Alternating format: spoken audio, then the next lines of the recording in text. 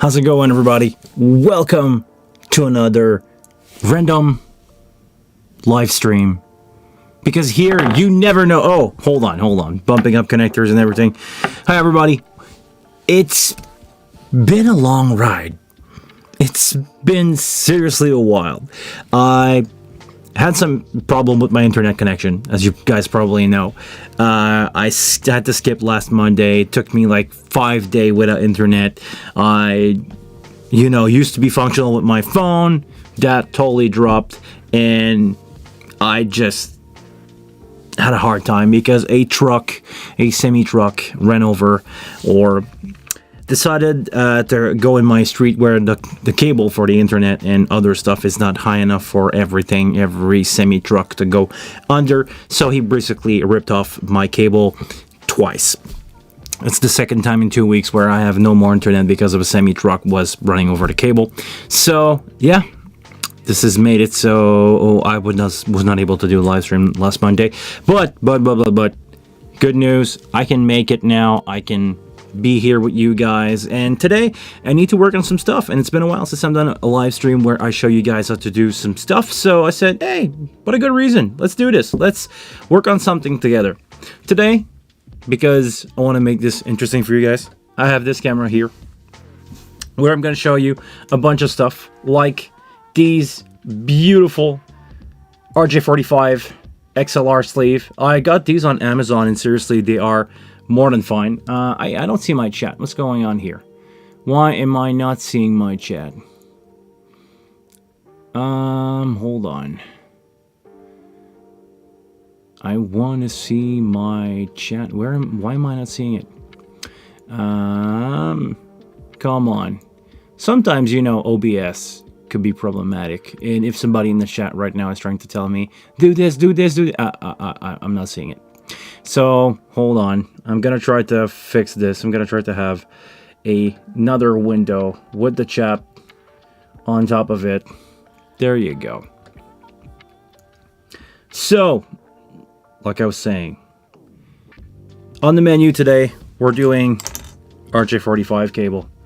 I'm gonna try to bring you guys along. I'm gonna move the keyboard out of the way. We don't need to see this. We want to see my fingers. You guys want to see me filming my finger doing beautiful RJ45 cable, because let's switch to this camera for now.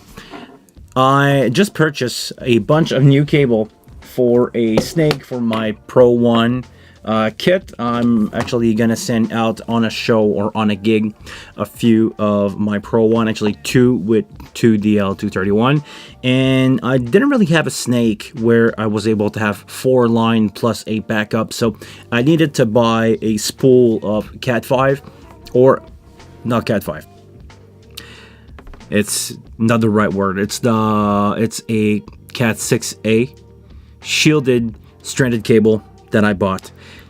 And I've never worked with that type of cable, and before I start to work on the snake, I had some left over because I did 5 run of 200 feet. I don't know what that is in meter. I think it's around 60 meter. This is inside the spec of AS50, because we're going to run 4 line of AS50 here, plus a backup, or I'm going to use a line that I'm going to give to my friend doing lights. They will have a line in my snake that I could use. But anyhow, all that to say that I had 5 line cut, and I have 12 feet of leftover. So I said, let's build myself a little, Cat5 here and practice on these cable, because I never crimp these stranded with split foil. You guys will see what's going on. I've already taken a look inside of the cable. Actually, I'm going to show you this on the other camera in a few seconds, but I've already taken a look inside of what's in the cable, and I've already pre-cut these cable to be 5 foot. So it's more than enough for me to reach a console or a patch bed is under me. Usually when I'm running monitor, I try to have the patch under me, and I just set the console on top of it. So today we're going to do 6 connection and maybe some more. I have other Cat6 that I need to fix while I'm here. So let's see how much my finger can handle to do Cat6, because it's really hard for your finger to twist them and change them around. So we'll see this. So this is totally random. You guys never know what's gonna happen. And actually I have a dead battery here. So if you guys give me a second, I'm gonna switch camera. I'm gonna change the battery on that. It's a great occasion for me to show you the studio. I have my other FX30 camera there with a full battery, so I'm gonna switch to that. Here in a second. Hold on. Don't go anywhere, guys. I'm coming back. Don't worry. Just swapping FX30's battery. You know, the classic.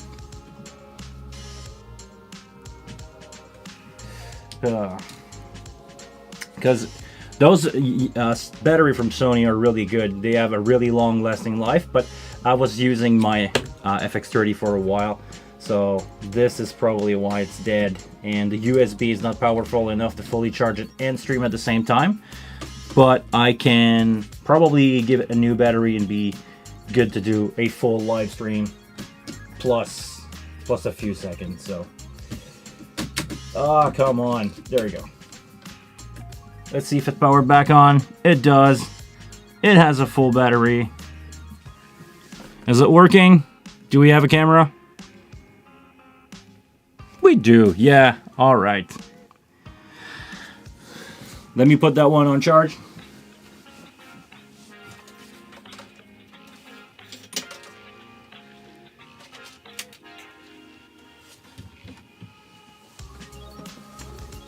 Okay, we're back.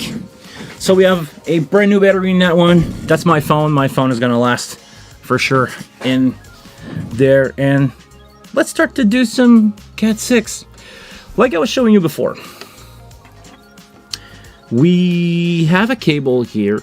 It's a typical kind of Cat6 that you would find pretty much in every, inside of every cable. But the difference here, and this is maybe mislabeled, but the twisted pair, and I can show you this because this is a scrap piece. This is one that I'm gonna build. Just like to have like a small, it's not even 1 meter, but sometimes could be really useful. So I'm gonna prep this one, and I'm gonna show you guys what's inside the cable. I've already done the other side, so I need to do this one anyway. So while I'm doing this, let's take a look at it, and let's unveil what's inside that cable. So the way it's built, because the build is really the thing that matters. When you have a Cat5 or a Cat cable, Cat6, Cat7, shielded, unshielded, foilded, twisted pair, this is what's gonna make, well, actually two things gonna make the rating of the cable, because Cat5 is a rating, Cat6 is a cable rating, Cat6A is another cable rating, Cat8 is another cable rating. The only difference, it's basically copper, but the way it's built, this is what's going to make the difference here. So let's go back to this camera. Inside that cable here, we have the sleeve, and if I can break it, this is the higher hand stuff. We have a screen surrounding a bunch of pairs. We have 4 pairs inside this shield here that are covered with foil. I'm just gonna twist this one here because we're gonna use it later on for the shielding connection, for the shield connection of our cable, because we need to have, a shield is basically a grounding option on inside the cable that you're going to connect to the sleeve. I'm going to solder on this little piece of shield screen aluminum on this connector, because this connector is made out of metal. It's like any typical Cat6 cable, but it's covered in metal, and it's going to conduct whatever is attached to it. And usually, in most cases, these are connected to ground, to earth cable. So that way, if you have interference that try to jump into the cable, the shielding, the screen around the cable will grab it and will send it to ground through this connector. So some people, have this little connector on any plastic any plastic plug here, any plastic jacket, but it's not a shielded cable if it has that. It needs to have a metal RJ45 with a ground wire connected, or a ground shielding. Could be just a drain wire that some people call it. It could be that with foil inside the cable that's going to send interference to ground. This is how you get a shielded cable. Same thing for an XLR. And inside of an XLR cable, you have, one single twisted pair inside with usually a screen like I just did here. And that screen is going to be connected to the ground pin of an XLR, but because we're kind of recycling a protocol here with RJ45 for live sound and XLR cable, it doesn't natively have, or back in the day didn't have any grounding because it was not really an issue. But the more, advanced technology became, they were like, oh, okay, maybe we need to have a ground. If we have a ground, we can run longer without having any interference. So I try to catch my breath here. Hold on. I'm going too fast, right? Let's slow it down. So basically, having a metal connector here will allow you to have a ground connection with the wire and protecting from interference, AM radio, anything. It's going to protect the signal that is traveling inside the cable. Now, go back to what else we have here in the cable. We have foil. And especially on this one, they're not usually like this. Usually it's a single foil around all 4 pairs, because inside here, let's forget about the screen here. Inside here we have 4 pair of cabling. Can you guys see this? Yeah. Oh yeah. Sorry, the white balance is gonna change because of my lights. Inside we have 4 pair of cable. I'm gonna undo one here.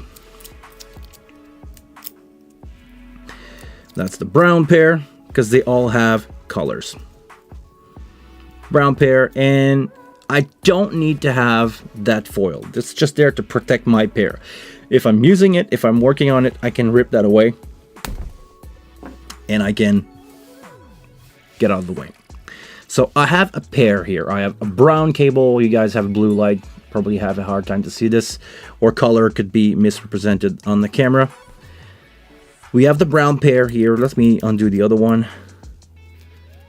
We have the blue pair.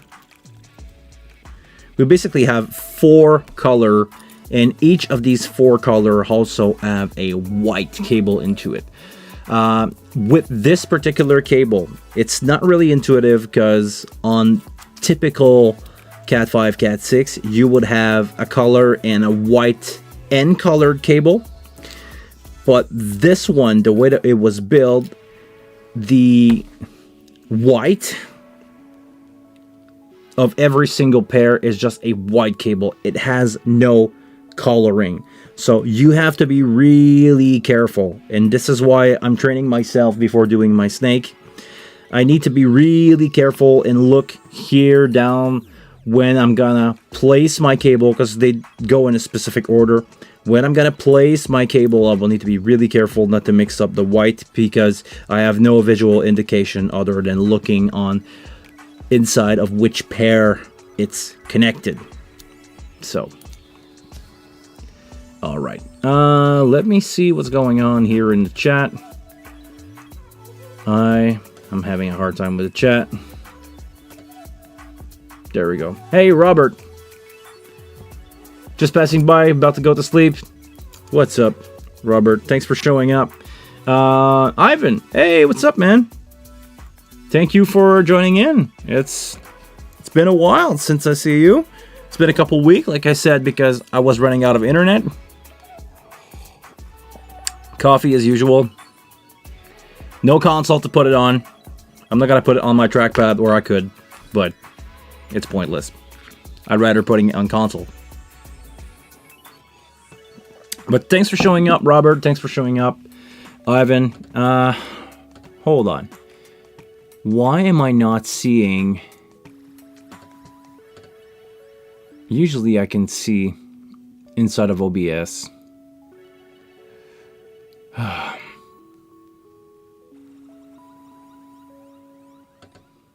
Okay. Oh, here we go. Here we go. Hold on. Hold on.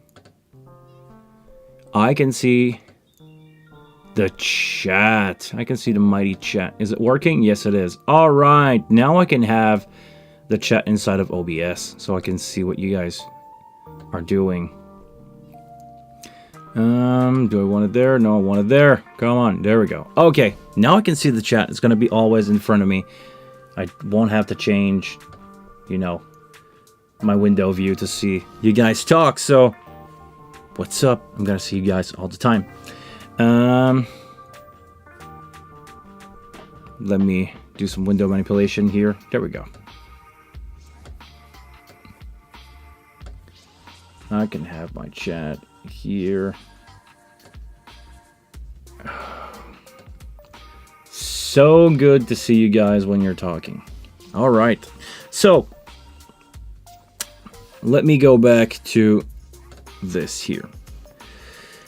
That's the shield. I'm going to rip that one off. And I have now a bunch of twisted pair that I need to untwist. This one, the way it's built, again, really easy to untwist these pair. Usually you have to, you know, twist them, and they are really hard because most of the time they're not stranded. They are solid core. This one, if you actually, we're going to take a look at another cable, or I'm going to need the trim of these cable really soon. It makes it so easy, the fact that it's stranded, that I can just untwist them really easily, and they are safe inside their shield there. So really easy cable to work with. The only twist, or lack thereof, on these one is I have to be careful of the white that I'm gonna use in every single pairing. So let's go back to this. I don't know if you guys ever done a RJ45 cable. I'm using pass-through, meaning I'm gonna do this quickly. I can take the cable, I can push it here through. Hold on, let me do this for you. I'm gonna use my cable, I'm gonna push it through, and they will come out on the other side. And once I'm 100% sure of my connection, I can just trim the excess off. So let me figure out the wiring. It's probably going to be backward for you, but I'm going to try to do this as I'm reading some comments in the chat from Ivan. Okay, last few weeks at a gig during work days, notification for live stream, but the gig was at the same time. Yeah, I know. Last week, actually last Monday, I had the same situation where I was basically working. I was out on a gig and I could not make it to do the live stream like I love to do. But, you know, we have to pay the bill, right? Let me use the cutter here to make my cable a little sharper. Is it cutting? Is it the right way to cut the cable with these? Actually, these pliers are a loan from a friend. He said, oh, you're doing Cat6. You should give these a try. And I'm gonna see if I like them or not. If not, I'm just gonna use my own pair of pliers. But so far, they seem to work just fine. Let's see how well I can make this happen. So, okay, let's go back. I'm gonna place them in order to me so I can see them. And I'm gonna get myself a reference here about the coding for these, because there's a way for Cat6A to be connected. Cat6A, how they want them to be wired. Hold on, there's two standard. There's the 856A standard and 856B. I think for fun, I'm gonna go with the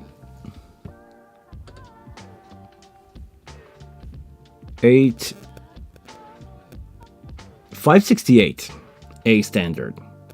which is the first time for me to work with these.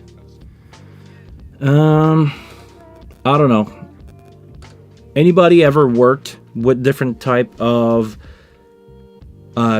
pairing inside the cable for AS50? Ivan, have you ever done that, working with different kind of twisted pair? I know Robert could probably tell me if he's still on. I don't know if you're still watching, man, but if you do, if you have any input on that, because to make a simple explanation, when you are making the connector, the way that you're gonna place the cable will change the twist or the interaction inside the cable by the way it's going to be connected, because it's going to send a signal, you know, every single pin, because there is 8 pin on this connector. The way that you're gonna build that connector is going to send the signal into one pair, and that pair is twist, and the other pair is twist, and there's 2 different type of twist inside the cable.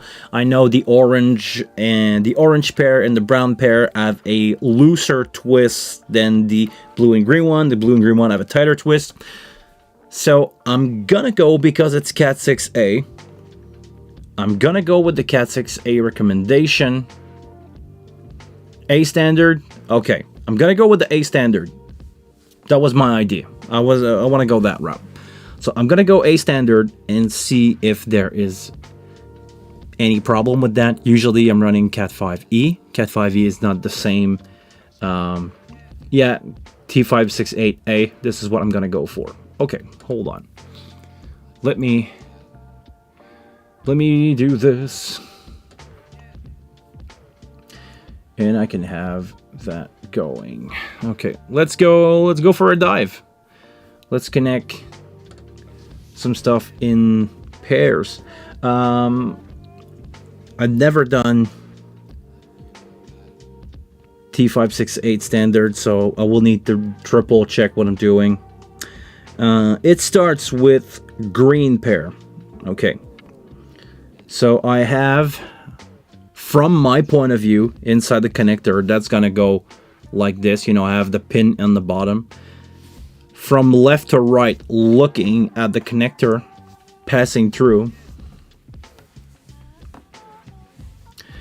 I'm gonna have white, green, and green. That's good. I'm gonna have white, orange. So I need to make it out. I'm gonna make sure that I have the right one, because those are not labeled. The white are not labeled, so be really careful here. Then it's blue, white, blue. Oh, that's tricky. Okay, white, blue, and orange, brown, white, and brown. So, from my point of view, that's the order that I need to achieve here. Now the trick part is, and it's really the trick part. I need to grab my connector here, and this one is a pass-through. I just want to make sure that this is a pass-through. This one is a pass-through. It's really hard for you guys to see, but the cable are going to run through it. Actually, you can see it. The cable are gonna run through it. So I need to keep the cable in the same order,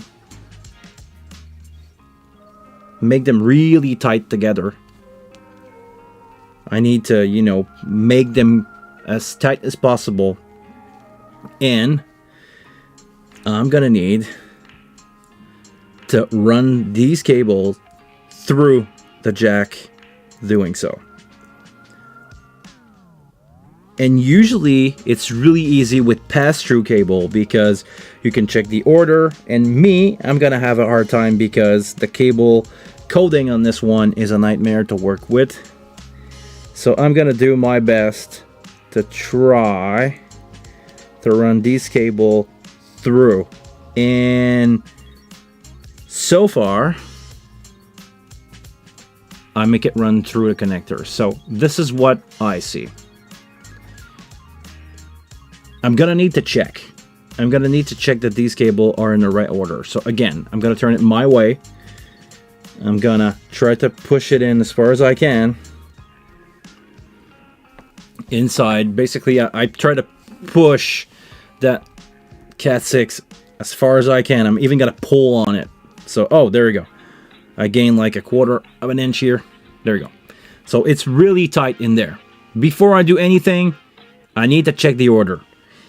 And because the white are not labeled, I'm gonna cross my finger that they did not flip. They did not flip when I send them in. So, from my perspective, it's supposed to be green, white, green, orange, white that I'm blindly checking. Blue, that's good. A white, which is supposed to be blue, white, so I'm gonna guess this is good. Orange, brown, white, and brown. Again, I have no way to check the other one, but I believe because I don't have, you know, a color next to the other and the white next to the other, I believe this is going to be good. So, fingers crossed that I made that right. And now, I made a big mistake, but it's not going to be a big deal because I caught it right in time. Before sending the connector in, I should have removed the boot or the bottom of my connector and place it on the cable. But because I did not finish the other end, I'm going to do both at the same time and I'm going to be good. It's going to be fine because this is a 3-foot connector, but if it was a 200, I would need to rip that connector off, bring the boot in, and call it and do it again. But now I think it's gonna be good. For now, I'm not gonna solder that to the connector, but eventually, well, even if it's touching on the inside here, I'm gonna solder this drain wire to the connector to make sure I have a really good contact. Eventually. I'm gonna do this later because I want to do all my soldering at the same time because I need to have the soldering iron on, and let's do this for another time. So, all right. Now, I'm going to use the crimper from my friend. Merci, Donald. And I'm going to insert that into the cable crimp. Basically, inserting the connector. Make sure that everything is in there. Make sure that I've pushed the cable all the way in. It's really inside all the way in. And you want your connector to be as close as possible to the twist. So if you can, when you build your connector, you want to push it as far as it will go. This is a double action crimper in the sense of I have eight teeth that gonna push on the 8 cable that are there. And I also have a razor blade in there that's gonna cut the extra of the pass-through cable. So that's gonna be it. Let's see how that's looking. That's looking really good. And cutting it.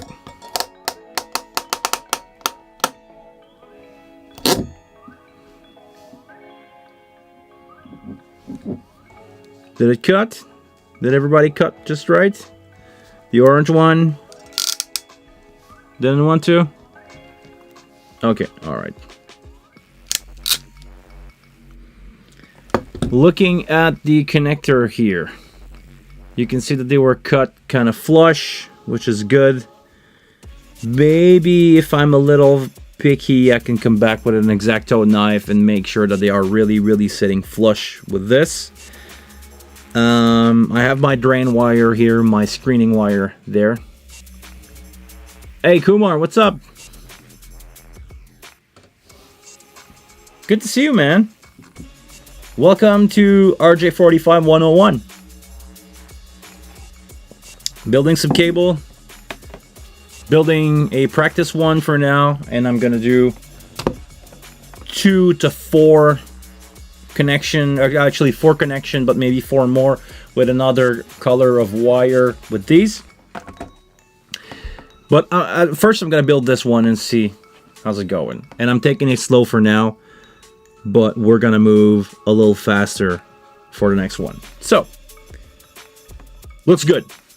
Now let's do the bottom connector. Let's insert or RJ or I'm gonna call it EtherCon if those are not even nitric connector, but usually they are called EtherCon connector. So the first one that I need to do is make sure that I have a sleeve facing this way for the connector on the other side. And usually you set it up before what I'm doing right now. We set it up as soon as you cut the cable, but I forgot, you know. I made a mistake, but it's not unrepairable mistake. It's just a small little mistake. How's Bob Rupp saying that? A happy little accident? I made a happy little accident. Let's fix this. All right. You see, the reason why you want to put it before is right now I'm like mushing my cables together, and it's gonna be a nightmare to bring them back to be really like tight again to set up my RJ45 connector on it. So that's gonna be fine for now, but it will give me a harder time than if I just, you know, set it up before putting the connector on. So one done, let's do another one. This one will be a little easier because I can send them through here. Let me show you guys. I can send them through here one by one, and if not, there's one following. If one is not following, I can just push it back again later, like I'm doing so. Like this brown here is not following. There we go. Come on, go in. There we go. So pushing that in, leave it there. We're good. This cable is a little kinked, but it should not be a problem. But let's see. Kumar, you got a question? Actually, it's a really good time for a question. Let me build an RJ45 while we're talking, because this is why we're here, right? Spending our Tuesday evening for me with you guys. I'm having a good time with you guys, as always. Have a question. Is it possible to send audio signal XLR more than 100 meter?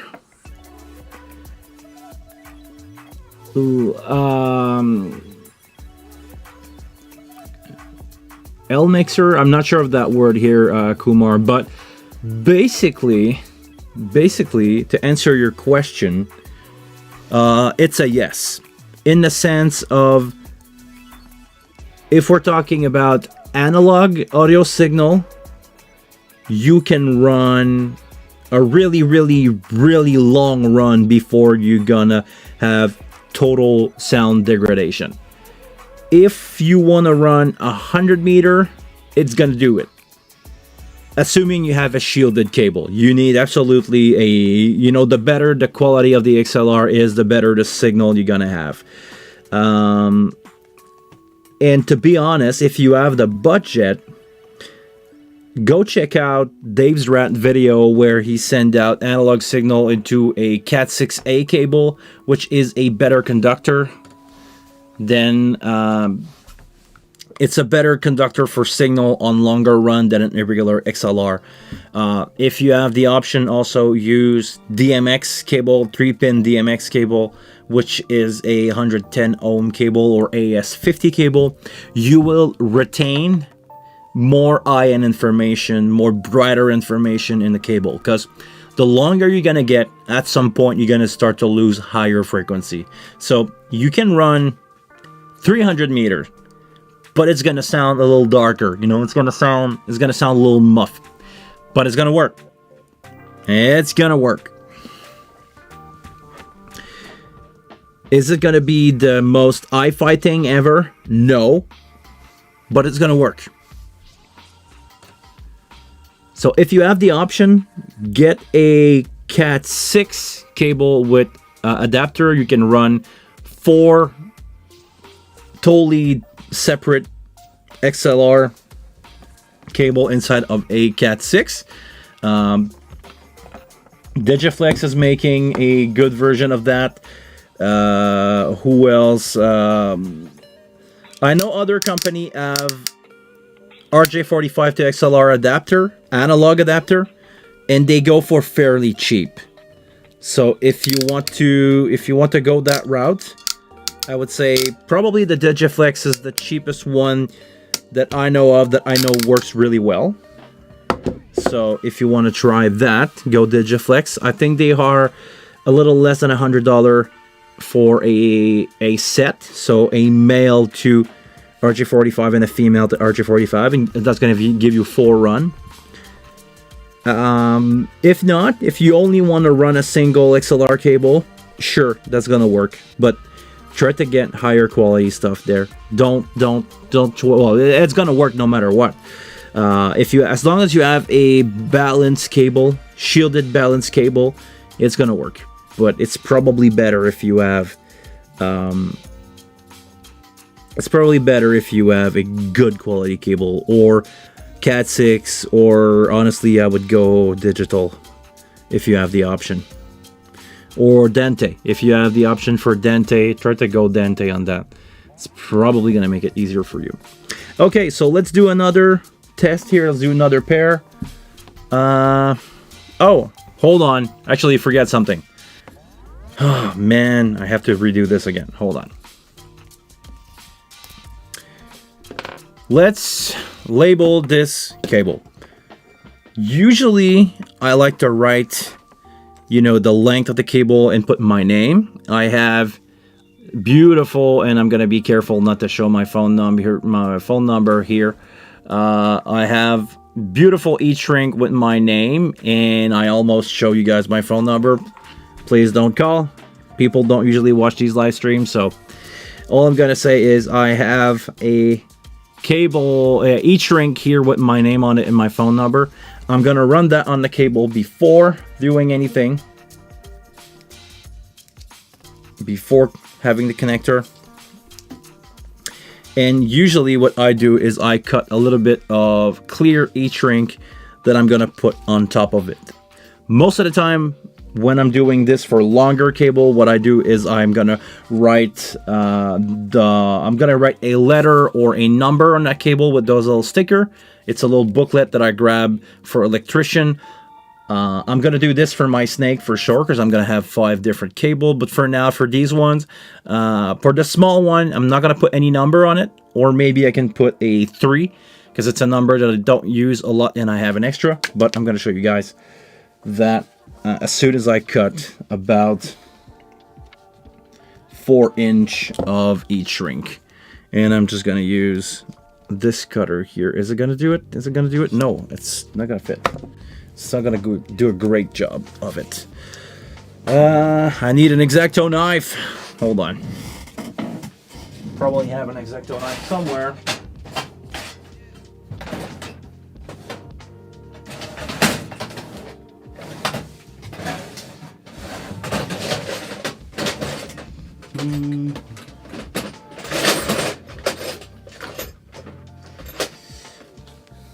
Sometimes what you can find in a drawer, right? That's an old pass from a few years ago, from 2019. It's the last time that I did the Francophonie of Montreal, and it's gonna go in the garbage. Okay, so I have this old Letterman with a pair of scissors. I think it's gonna do it. Yeah, it's gonna do it. We're gonna have to use this one. So there we go. Piece of shrink. And I'm running all that stuff on the cable, because once I have this one shrink down, I'm gonna have the number, and I'm gonna cover them with the piece of clear shrink just to protect it, you know? I like to have my cable protected, but the order that you build your cable matters a lot. This is why it's not easy to build cable. Sometimes some parts are easy, but not everything. So I'm gonna leave that for now, And I'm gonna try, now that I have, actually I was about to forget this, the most important thing that I need to put on the wire, because I don't really care about my name in the shrink, but if I don't have the boot to close the connector, that's gonna be a problem. So take whatever 20, there you go. Now I'm ready to put on my RJ45 connector, which is basically the last thing that you want to put on. Okay, just gonna remove all that wire cutting. Let's go. Let's try to build a cable. Okay, so they're really hard to see.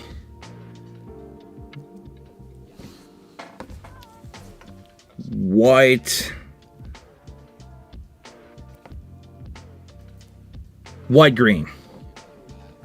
green, and I'm trying to build this again, as I said. Okay, let me change the color in the back. You guys will have a better representation of what's going on here, right? Cool white. If I do cool white in the back, how does it look? Whoa, it's way too bright.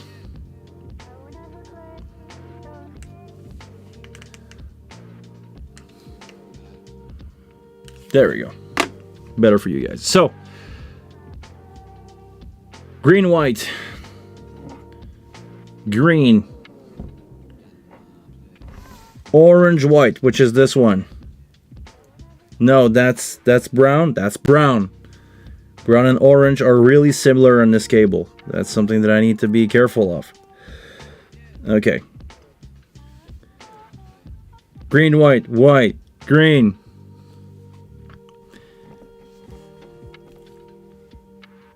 Orange, white. I need to have blue, white, orange, brown, white, brown. Whew. That's a tough call when you don't see half of what you're doing, right? Okay, let me take a second here, and I'm gonna, I'm basically try to place the best I can the cable, so when I drop them inside the RJ45 connector, it's like they don't want to move. They want to stay the way that I place them, like this.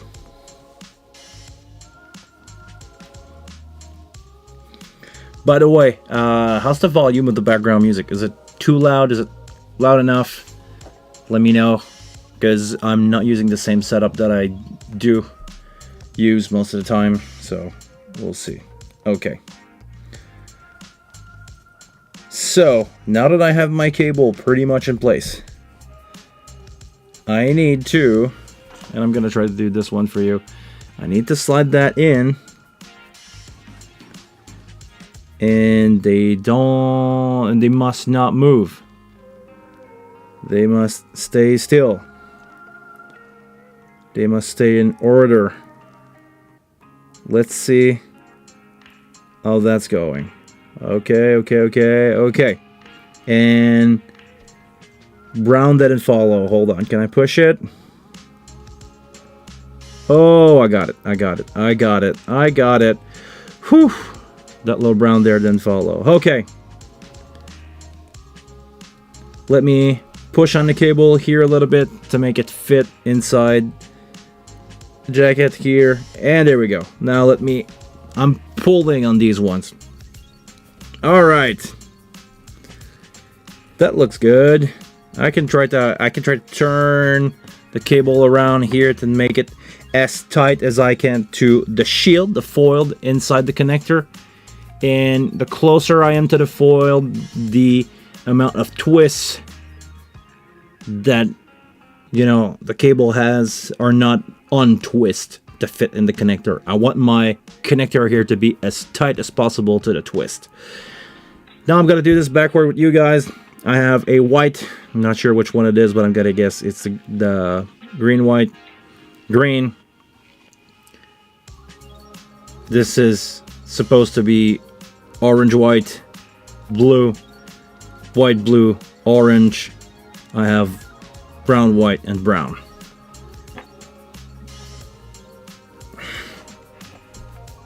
It should be good. And we're gonna know in a few seconds. I'm gonna try to pull on this. I'm gonna get the crimp out. Sliding the connector in.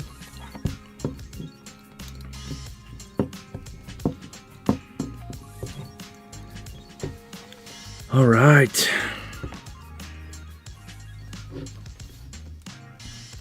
Test time.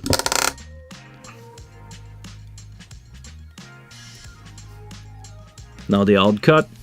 Let's move that out of the way.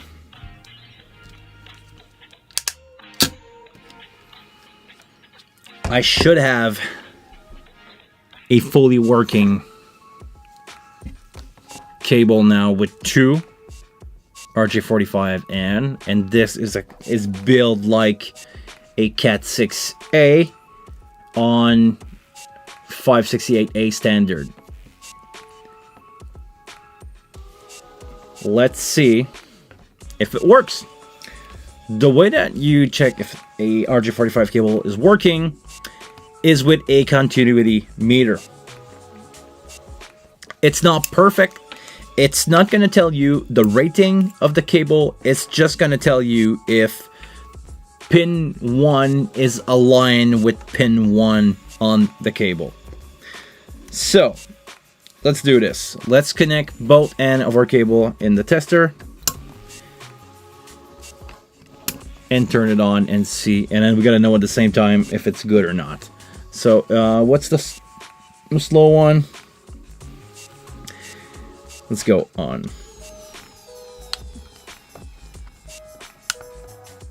Slow 2. Uh-oh. That cable is not good. 1, 2, 3, 4, 5 is not.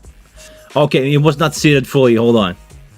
1, 2, 3, 4, 5, 6, 7, 8, and the ground. You know that this one here is the ground.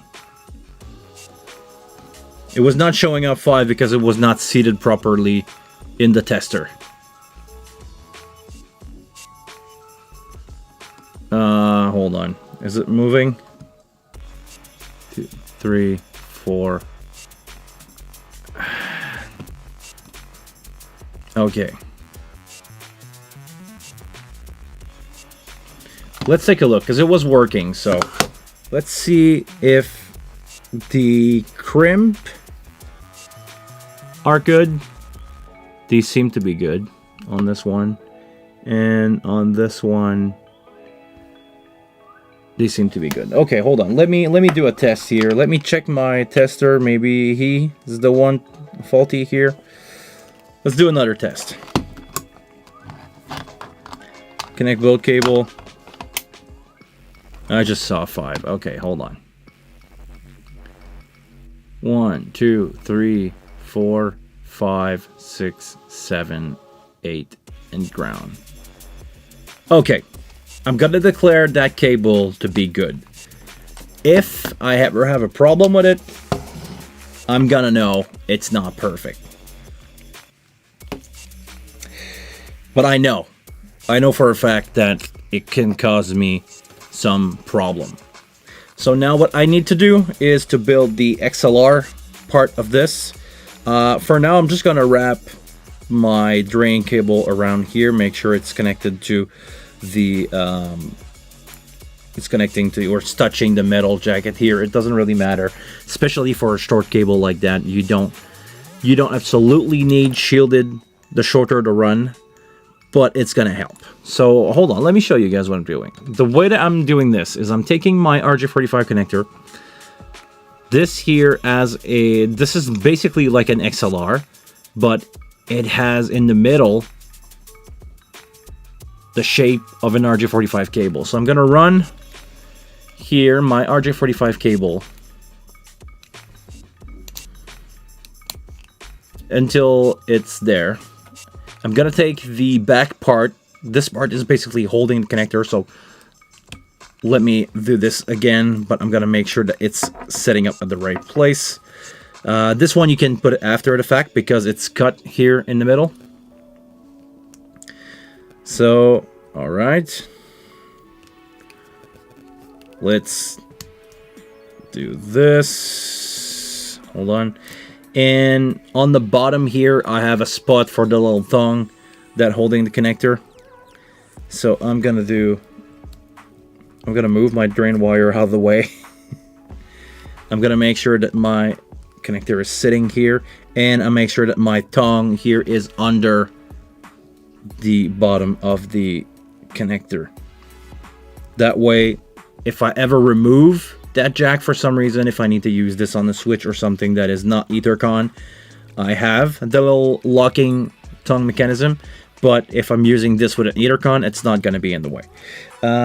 What can I do? Hold on. I can probably do something like this with the shield and tuck it out of the way for now. And I'm going to bring back my tongue under here. Now, I'm going to do the same thing that I did before. I'm going to slide my RJ45 connector in. The cable is... The metal part here is keyed, so with the groove here on the blue thing here has a groove in it, and it's going to fit. It doesn't want to rotate with the cable, and I can close my cable down. So that's one done. I love the black. And let's do the other one. This one I'm going to try to go faster here. Just going to go like this. This in the middle. This on top. Hold on.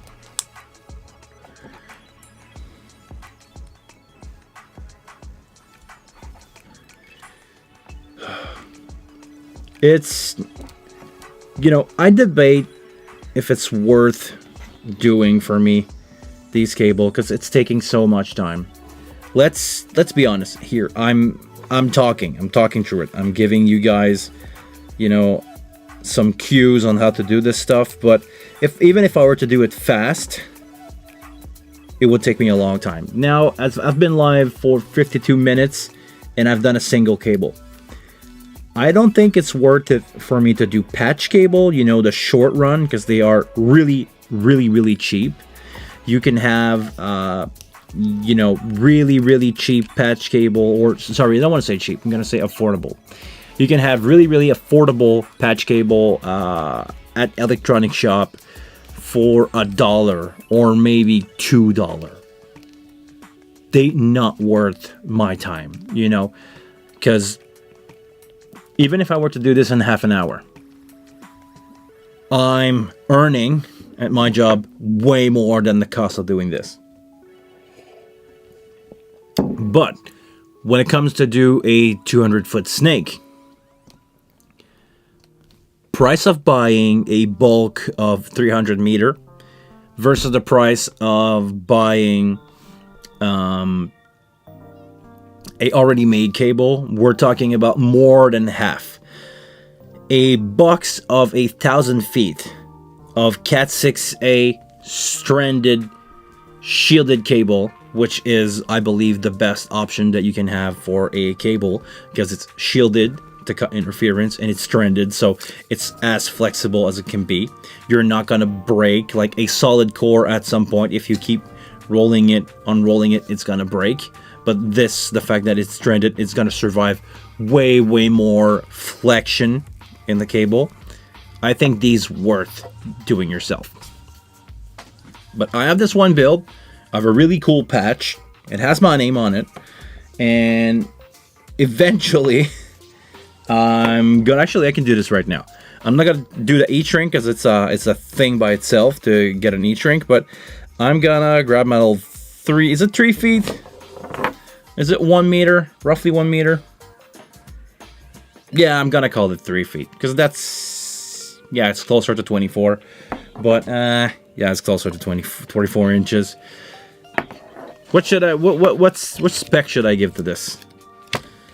Should I give any? I'm not going to give any. I'm not going to waste any number on that. So I'm going to keep numbers for my longer cable. I'm going to have my E-shrink here that I'm going to shrink down, and I'm going to wrap this clear one on top of it later. But this one is calculate a good working cable. It's going to work for sure with AS50 because it's so small. It's gonna work with pretty much everything. I'm gonna test it with my wing.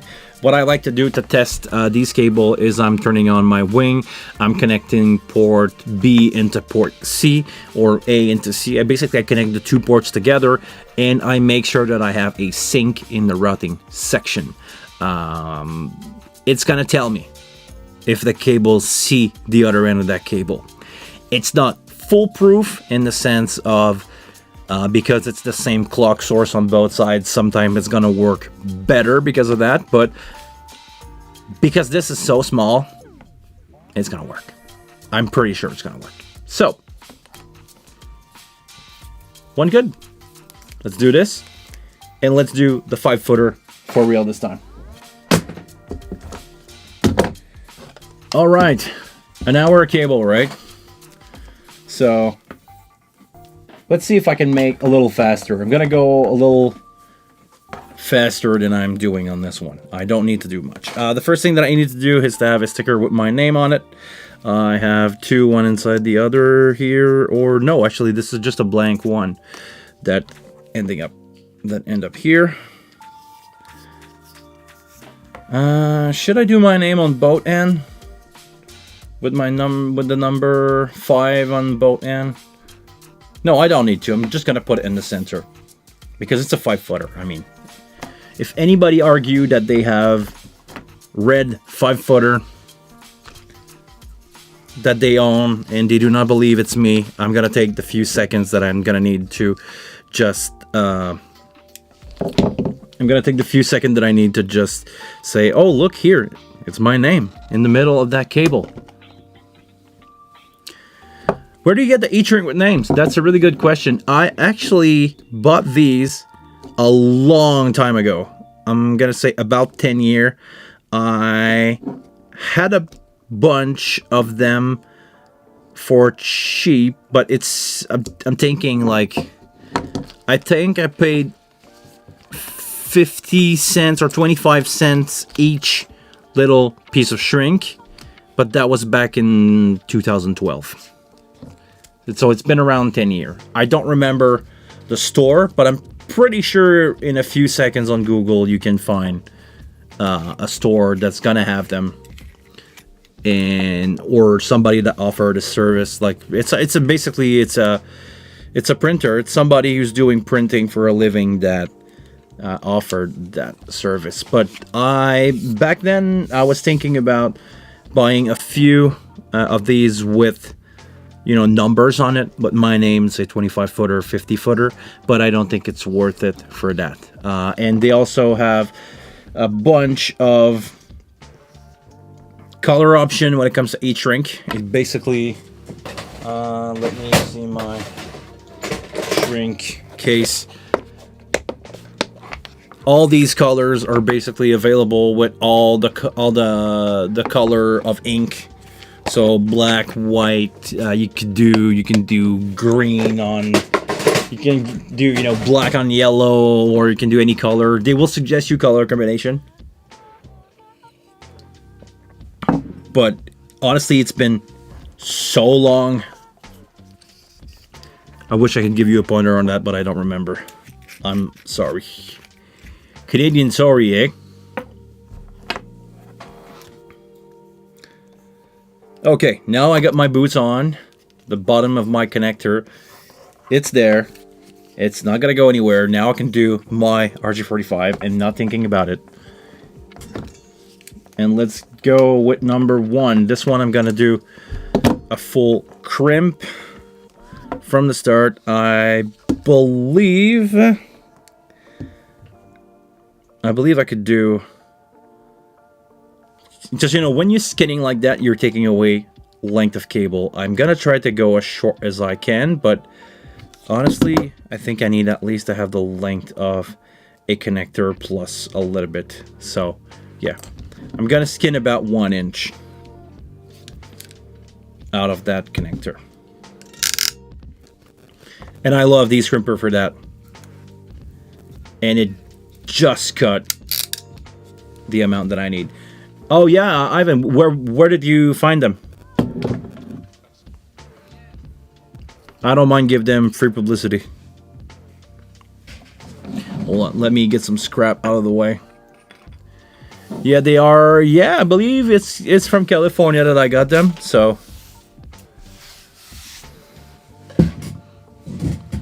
if you got the website, you can drop it here if anybody wants to, you know, order themselves some connectors.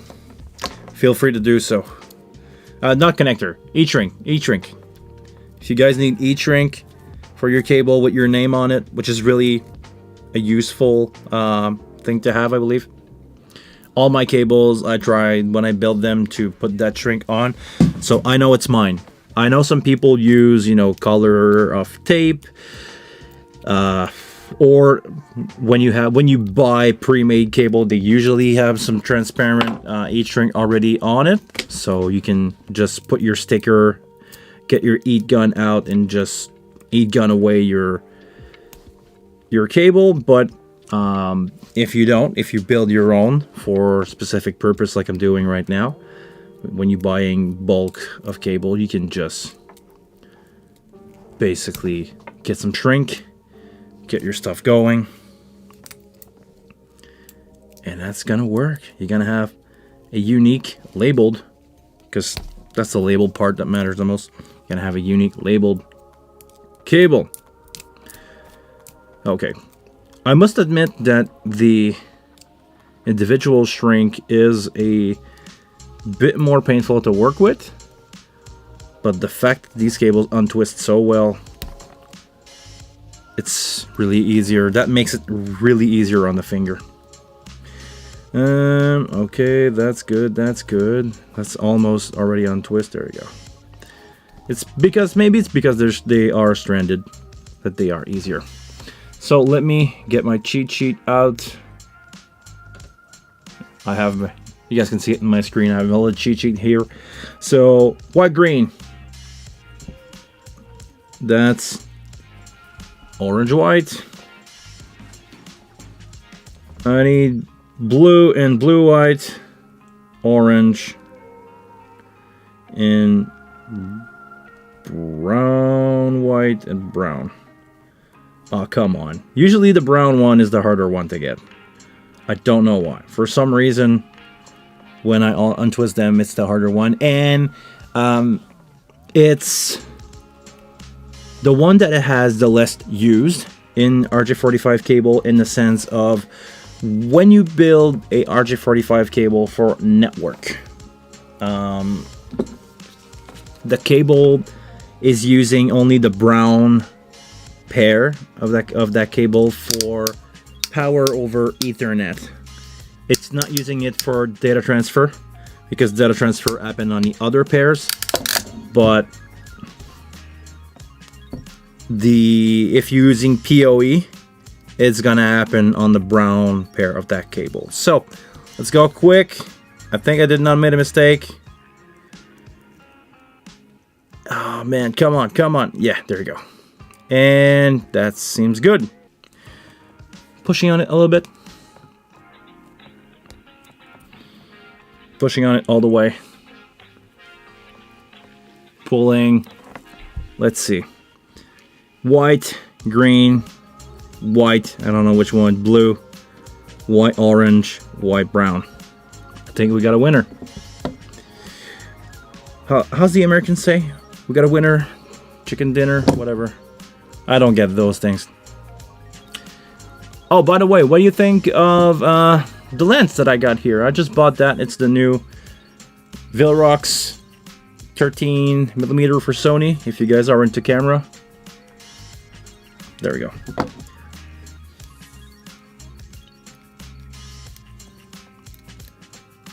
Come on. There we go.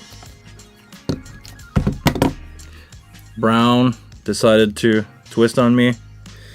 Oh, man. Okay. Take two.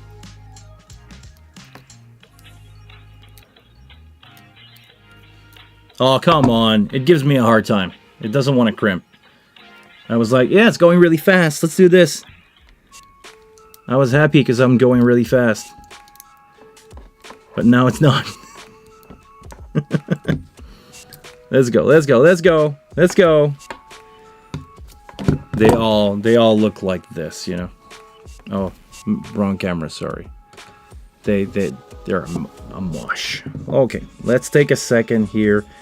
Actually, I can twist them, I don't care, because they're gonna be cut anyway. So can I do this? Yeah, easy. Only the brown one again is giving me a hard time. Screwdriver to the rescue.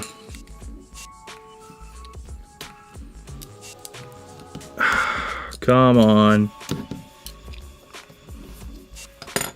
Okay, everybody's in. Pulling on these, make sure they are really tight. Put all the scrap together. And crimp and cut.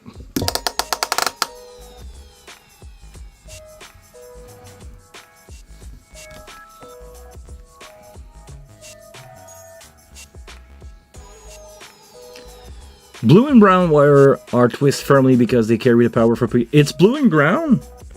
I thought it was the two brown that were doing this, not the blue and brown. Because the tight twist on the cable is green and blue. So, okay. Last call for checking if I have everything. I have my boot here, I have my shrink, I have my clear shrink, I have my other boot. If I'm put a number, it's a sticker so I can put it after. Let's go for connector number 2. And definitely not making a world record here. But let's try to do a connector quickly. So I said the length of about an RJ45 and a tiny bit more. And the cutting part of the cutter is on this side, so I'm sending it all the way through.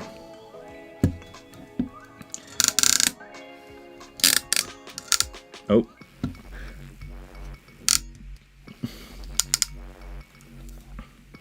Those are locking pliers, so if you push them all the way, they unlock. But I think I got this one. Maybe you have to be careful not to go too deep when you're crimping them, because you're gonna cut the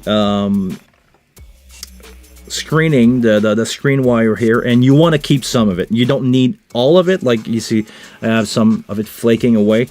You don't need all of it, but you need some of it to act as a ground wire that I'm eventually gonna solder to my RJ45 connector.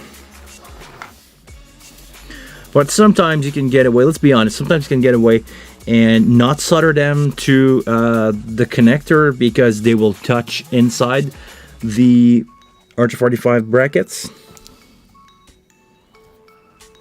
So sometimes they will just make contact and you don't need to solder them. But if you want to have really good ground connection, which I do, soldering them to the RJ45 jacket is the way to go.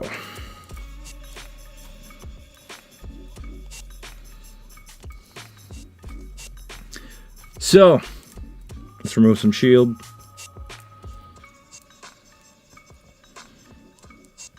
Or aluminum foil.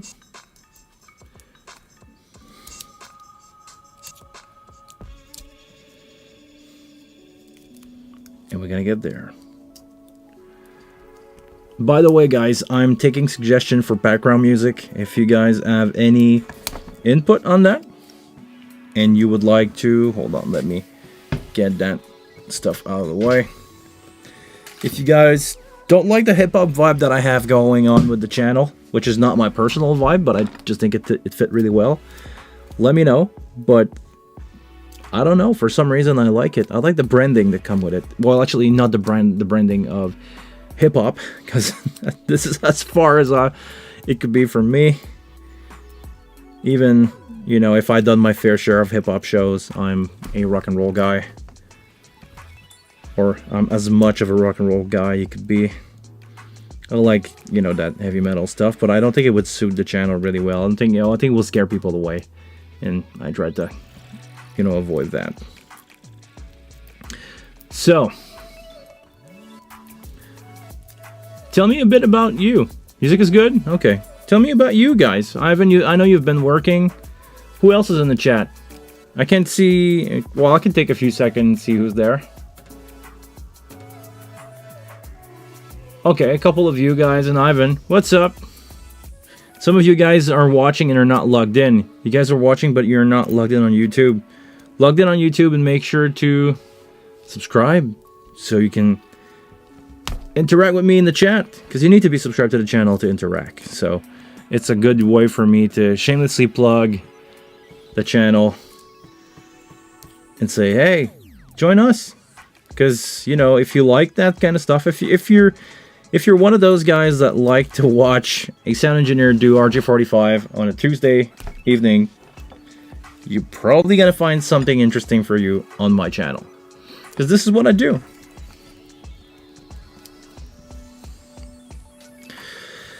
Okay, let's go for not a world record again, but let's go for fast here. So I have my white. I need my cheat sheet. Hold on. White, green.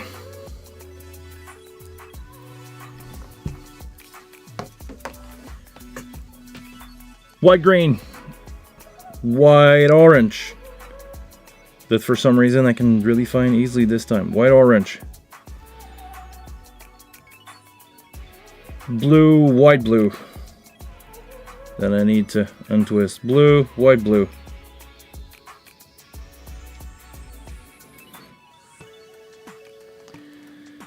Orange. Brown. Oh, it's far off. Brown, white. Hold on. Brown, white. Brown.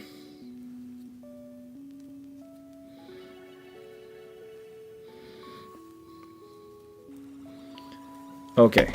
The cable is twist. So right now, to make sure that it aligns better, I'm going to twist the cable this way. All right. Okay, you see now I made a mistake. For some reason I have two whites that are together. And okay, now just pressing on it, it went back. So okay. Let me double check this.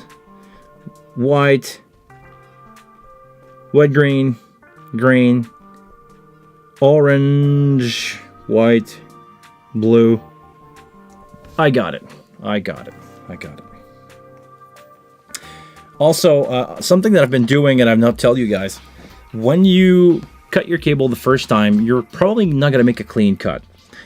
The easiest way to slide your really tiny connector inside the cable is to do a fresh cut with only these cable. Once you place them, you're going to make a really flush cut and it's going to be way easier. So what I'm doing here is I'm using these crimpers. They have you know, a razor blade here that is made for that. So I want to cut as little as possible here. You know, I've cut nothing, but they're all flush and it's gonna make it easy for me to slide the connector on. And the trick that I do is I take my cable and I push them against the bottom of the cable. Once they're in, I push them against the bottom to make sure that they slide in order and they do not mix up. So for some reason here I'm having a hard time. Hold on. That's good. And oh shoot, they move. Okay, don't panic. Place them again. Oh man, the fact that the white one are not labeled is making it a pain for me right now, seriously. Okay, let's go again. This, in that order. Cable orientation on the right side. Man, okay, this one is giving me a hard time. Okay, okay, I got it. Take your time. It's not a rush. It's not a race, it's a marathon. Let's go here. I got it. And I got it. Come on. Push through. Again, the brown one doesn't want to go in. Did it? Oh no, okay, it went in. All right. So, let's take a look here if I made a mistake or not. As far as I can tell, everything seems good.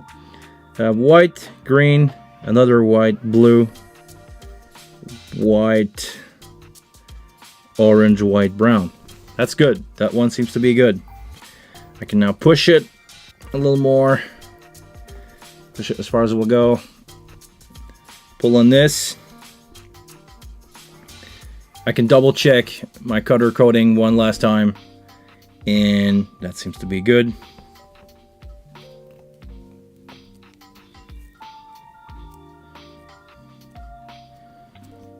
Let's go. Let's go for a crimp.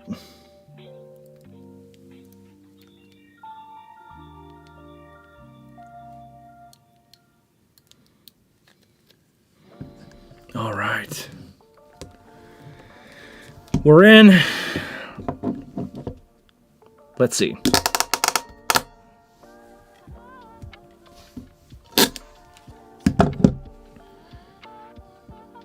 Tester time. Let's see if my cable moved or not.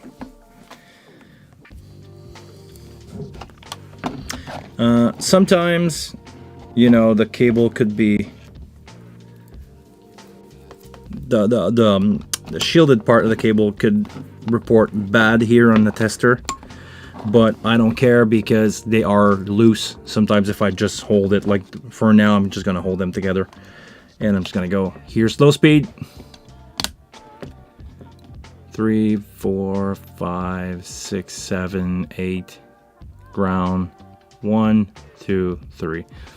Okay, so that's a winner. That's a good one. Let's do the cable retainer, because the job of this thing and the way why it's you know, it has a flange here is to push down on the cable itself and prevent the cable, or if anybody pull on the cable, prevent that force to go try to pull out the crimp. It's gonna try to push on this part here to hold it against the sleeve, which is a way more resistant part of the cable than the crimp itself.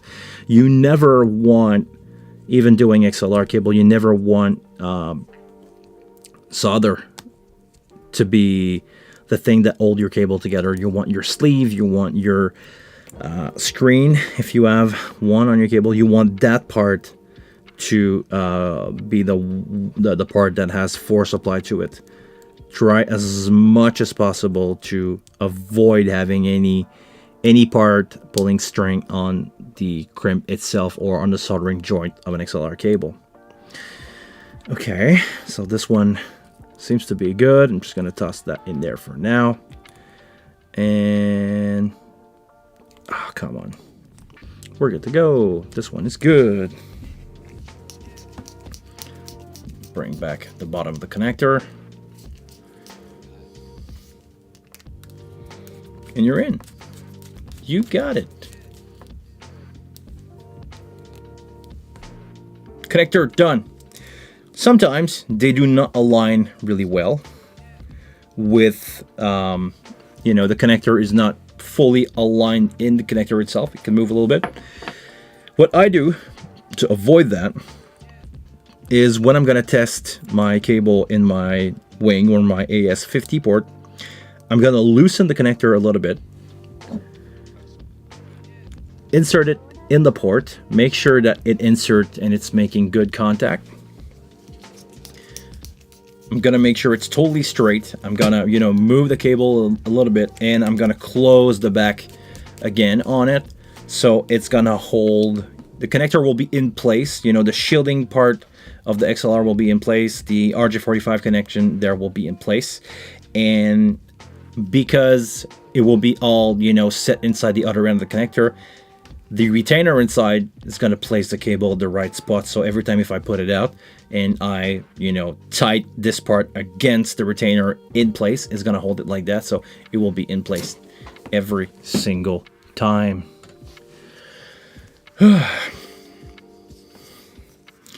So, Ivan, if you're still there, what kind of event you're working on right at the moment? What's the season where you at? Because here, the corporate season event is slowly slowing down because the summer is gonna happen in not that long. We're month of May already, May 2nd. We're soon to be May the 4th. Star Wars Day. Oh, I cannot speak anymore. Star Wars Day. It's gonna come up soon.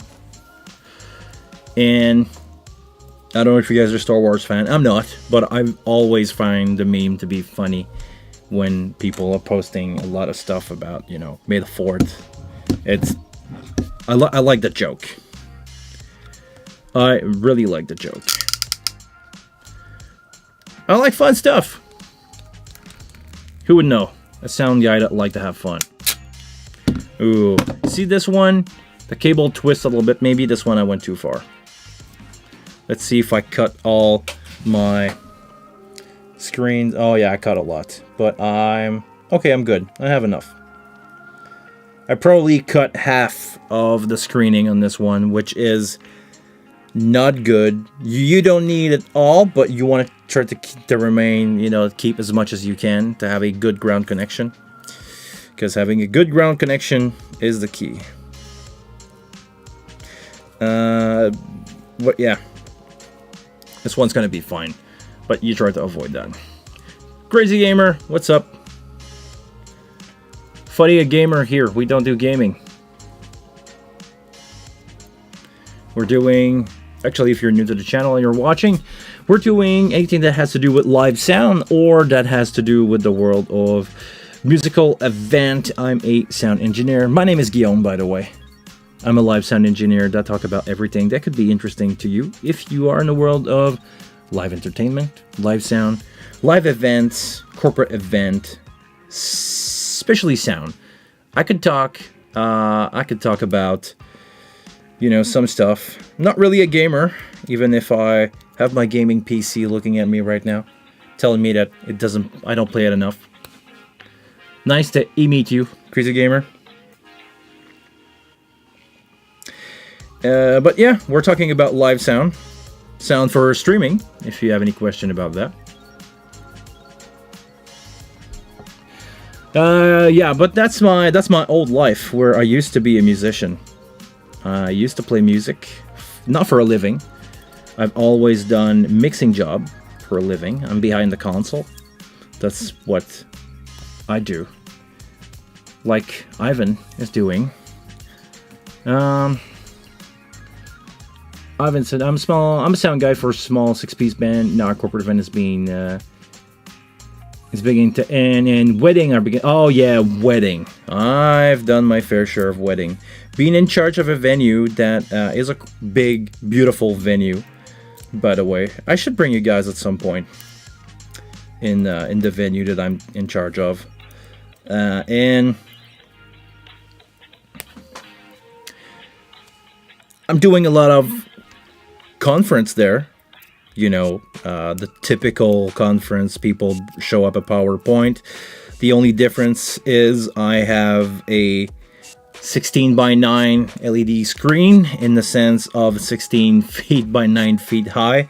So I have a full-on full HD pixel 1920 by 1080 pixels in the back of my room, and people come there to show up their PowerPoint. I have a podium. I'm running wireless microphone there all the time, and I'm doing sound, and I present their video, their presentation, whatever. I do that for a living, mostly. I'm also mixing bands, like Ivan. I'm running, you know, a lot of bands. A lot of small band here in Quebec, because I don't know if you know, but not a lot of people do. In the province of Quebec, we have a lot of band, a lot of artists, because the government is financing culture. Everything that is there to promote French culture. This is French speaking. My first language is French. The government has, you know, funds for that.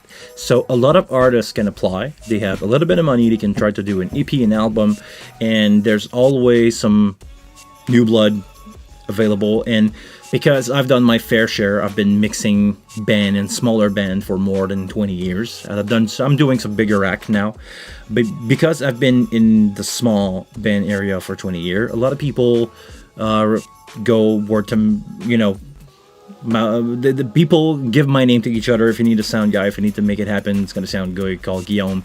And basically I'm choosing to do gigs with artists, and I'm doing about 10 to 20 different band a year minimum, plus one-timer, plus, you know, here and there. I'm also doing wedding. I'm doing my regular bands. I have a bunch of regular band. But other than that, I'm doing, you know, corporate event and doing 10 to 20 new band a year and taking care of project. It's more than enough. So I've been mixing them along with the wing. They have a X32 rack and the DL32 for in-ear monitor. Great combination of that. I love the X32 rack to do in-ears. It's a great console for that. Few in-ear mixes, a few or less. So 24 channel. Yeah, that's fun. 24 channel. Nowadays, I'm really lucky. I do a gig for in-ear monitors. I'm in-ear monitor, a monitor guy basically for a band called La Chicane. It's a band that is in Quebec. They start in the late 90s.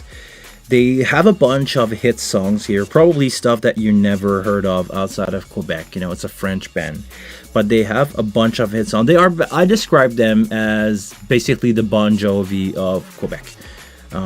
Late 90s band. It's power ballad stuff, and they had probably 50 number one songs on the radio. Especially one of their biggest hits is the mostly played French Canadian song on the radio in Canada, and it came out in 1998, and it's the most played from the 90s, so it played a lot.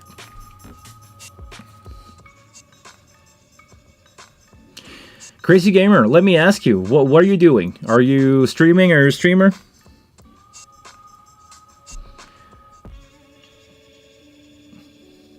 Oh, Ivan, you're doing some sax? It's really cool. This is an instrument that I had the pleasure to mix a lot. A lot of my friend actually play sax. It's like, I love saxophone because it's like having a second lead guitar. It's like, it's stand, you know, from a mixing point of view, it's stand between a lead singer and the lead guitar. It's a lead instrument in rock band. Especially, I don't know if you are a fan of the band Ghost, but they have a bunch of, like, they have a couple songs where they have sax in there, and I think this is awesome to bring that. What kind of game you play, Crazy Gamer?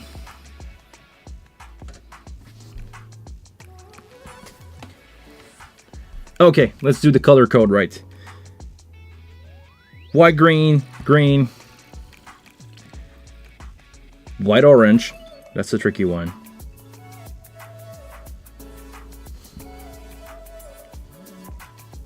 Blue. Oh, come on, come on. I need to untwist it one more time. Blue, white, blue. Orange.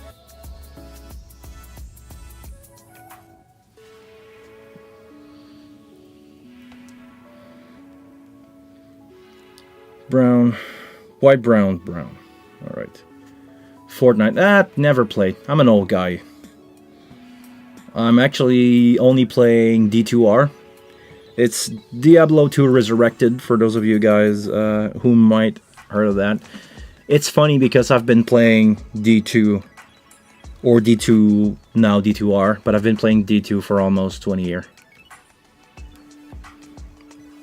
It came out in 2000, and my cousin back in the day gave me a cracked version of D2, and I just jumped on board from there. And I played, when I was in high school, I played the hell out of that video game. Back in the day, we didn't have any, I didn't have any video card. I was just like playing that one game and didn't know that I would need a video card to get better performance.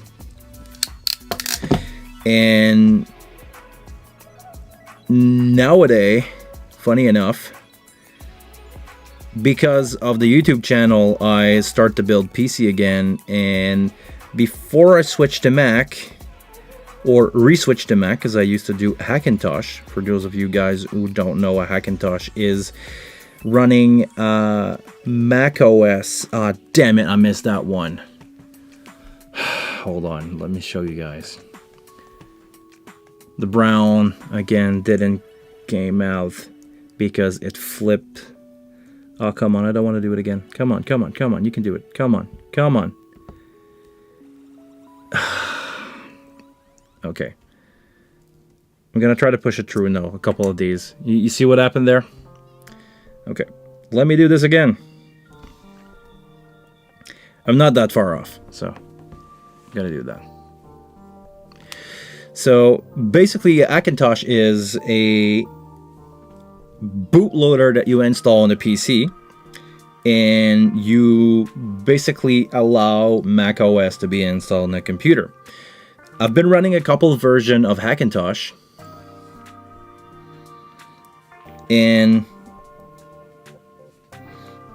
because of that, I started to play Diablo because I was able to install Windows on my computer.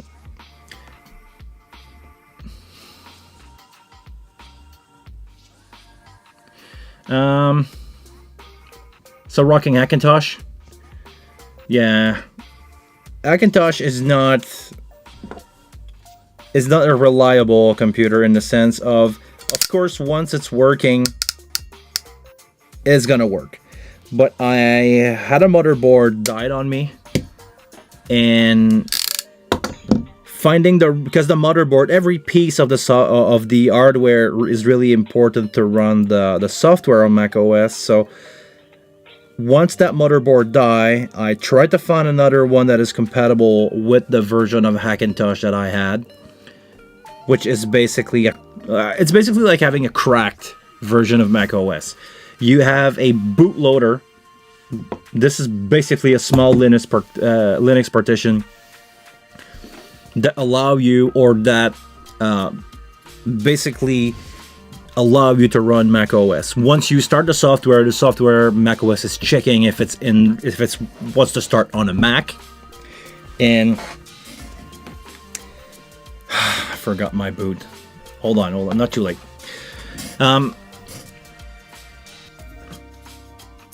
Basically, the software is checking if it's run on a Mac, and that little bootloader is gonna tell the software, yes, you are running on a Mac. It's basically gonna lie to the software and say, yes, you're running on a Mac, and you can tell the version of fake computer that you're running. You can say, oh, you are yes, you're running on a Mac. You are running on a iMac 24 inches from 2020, and it's gonna green flag the software, and the software is gonna boot. But the hardware that you're using need to be as close as possible to the machine you try to emulate. So my motherboard died, and I was faking a iMac Pro with my machine, and it's really, really picky on the hardware.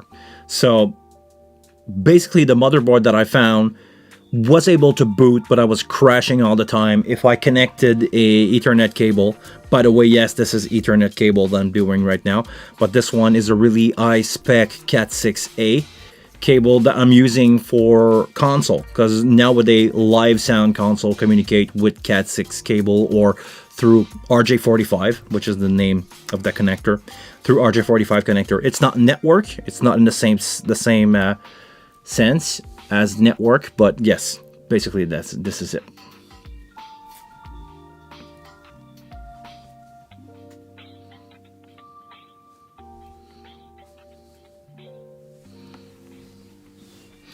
Hey Charlie, what's up, man?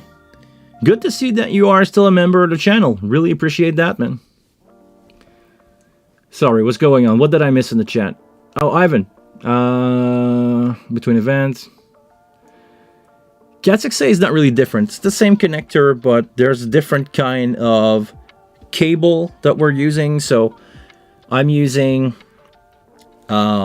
shielded stranded connection because it's more reliable to be, you know, used, deployed, rolled back, put in a case, send in the truck, deployed, rolled back. The fact that I'm using stranded shielded connection is going to make a cable that's going to last a longer time. And when you are doing a show in front of 25,000 people, you don't want your cable to drop or your cable to break in the middle of a show like it happened to me before. So I don't want that to happen. So I'm investing into really good cable that I'm making myself.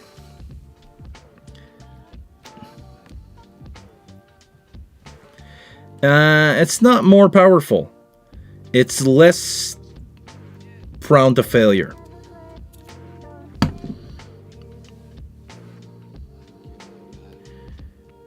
It's probably going to work on a laptop. Sorry, ads. Okay.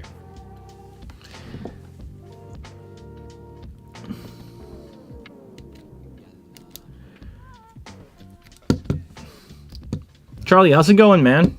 Good to have you back. So, Crazy Gamer, just to answer your question, yes, it will work actually on anywhere that a regular RJ45 cable is going to work. The only difference is on the cable itself. The connector is the same, but the quality of the cable make it less, you know, make it more durable. No, if you're on YouTube, watching the ad doesn't help. It doesn't do anything. As soon as you see an ad, I'm getting paid something like a half cent.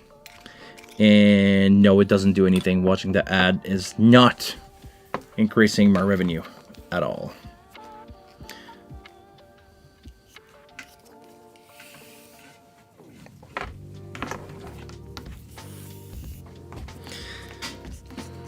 I learned that the hard way when at some point because I have a server at home, I did a virtual machine of Windows and I tried to run a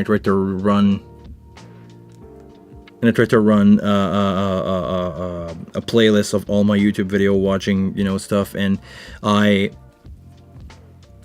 asked some people some stuff around, and no. If it watched the ads, as soon as the ad starts, it give me a couple pennies, and that's about it.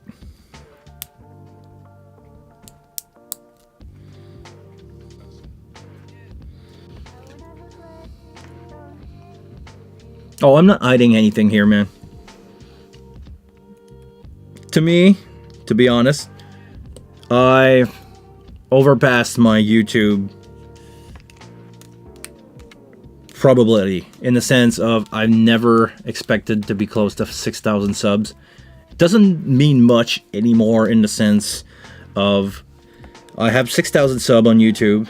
I'm a regular streamer. I do not make, like, I make pennies out of this. I make not even $100 a month with YouTube. And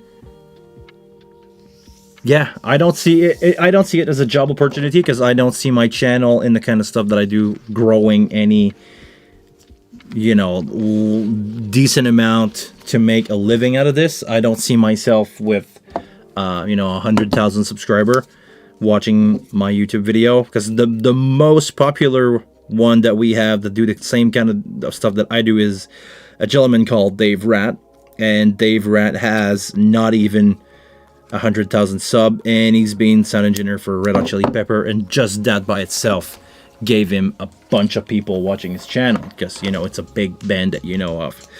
Now he retired from the band, he's doing YouTube full-time, and, you know, just the fact that he can name drop and talk to people is not even helping him to get bigger. So it's, I don't want to say it's a dead end, but to me it's just a fun way to entertain and to teach people, if I can in this world teach some people some stuff. I feel better about it. Okay, I did not forget the connector, thanks God. Let's see if I can make this one a little faster than the other one. I'm gonna use this one as a spacer, roughly.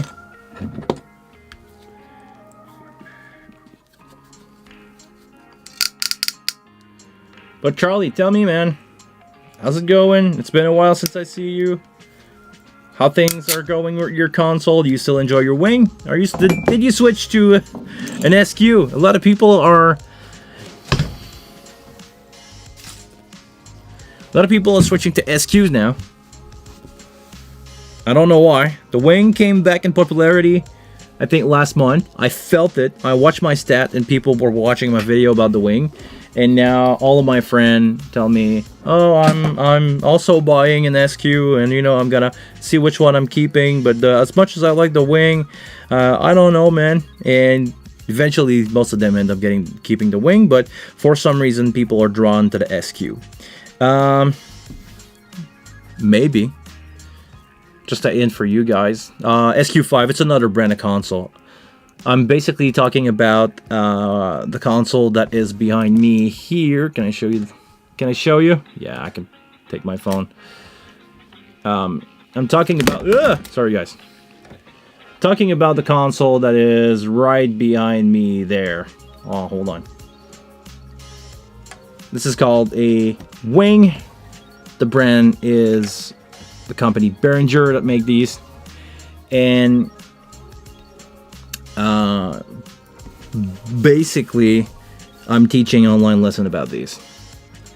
L8, SQ, 5, 6, and 7 are mixing desk. This is what I'm talking about mostly on the channel. Mixing desk. I'm teaching people how to use mixing desk. While I'm also doing RJ45 cable. Or Ethernet cable, depending on how you want to call it. There's many ways to use actually these cable. You don't have to use these with internet or network protocol. A lot of units are using the same cable, but they're sending different kind of protocol in there. Like the one for the console and behind me is using a protocol called AS50. It's proprietary or pretty much proprietary to these console and the unit that you can connect to the other side. And L8 is another brand of console that making the SQ series, and that SQ series is also using another protocol. They pretty much all have their own proprietary protocol, so you cannot interchange unit between consoles. You have to stay loyal to a brand. Pretty much, to sum it all, but they're all using RJ45 cable, but the type of cable that you're using matters because the compatibility of the device will depend on the way that the signal travel between two units. So yeah, it's a different thing. It's a different world. It's a world on its own, the world of live sound. Okay, cheat sheet again. Now, hold on. I have my name on it, my little e-shrink, clear shrink for the name and number. Boot for that cable. We're good to go. Cheat sheet. White, green. White, orange. That's good. That's a tough one. White, orange.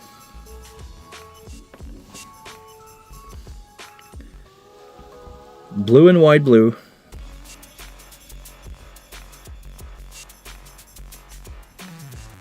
Oh, come on. Orange.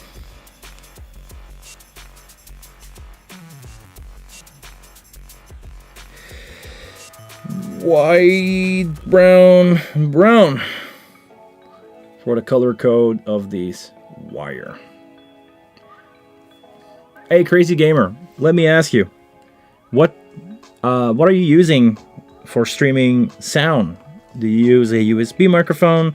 Do you have a sound interface like I do? I have my little sound interface there. I can probably show you guys. Yeah, come on. I have my Odeon ID44 here, and I have my Rode microphone there. What are you using?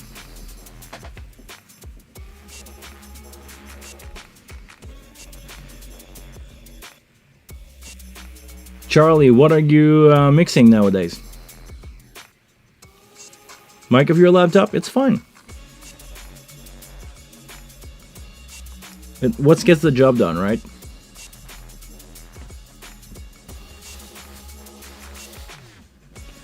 You don't need much. I'm actually, sometimes I teach, or I did a class for some gamers, and a lot of them are, you know, they want to invest, they want to spend money on expensive microphone to get better sound, and I say, well, the best mic that's gonna work for you is the one that you have. If you have a mic that is working just fine and nobody complain about the sound of your stream, it's more than fine. Oh, come on.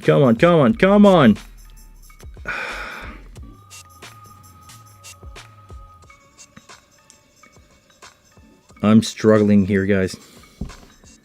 It doesn't want to push through. Come on. Damn it. Okay. No, not working. You know, it's always those little... Hold on. It's always the brown, and they struggle to go through. It's the last one for today. Come on. Last one.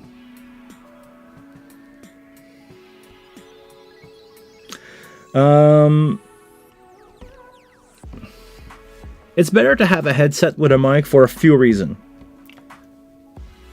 The main reason... Hold on. The main reason is the fact that if you have a microphone closer to your mouth, you're going to get less ambient noise picking up from the microphone because you are speaking directly into the microphone. I'm using a shotgun mic here, and I set it up so I speak directly into the microphone. And it's really close. It's about 1.5 feet away from me. And this microphone is made to pick up from really far away, but because I can speak directly into the microphone. It's basically like if I were speaking into your ear, because a microphone is acting like an ear.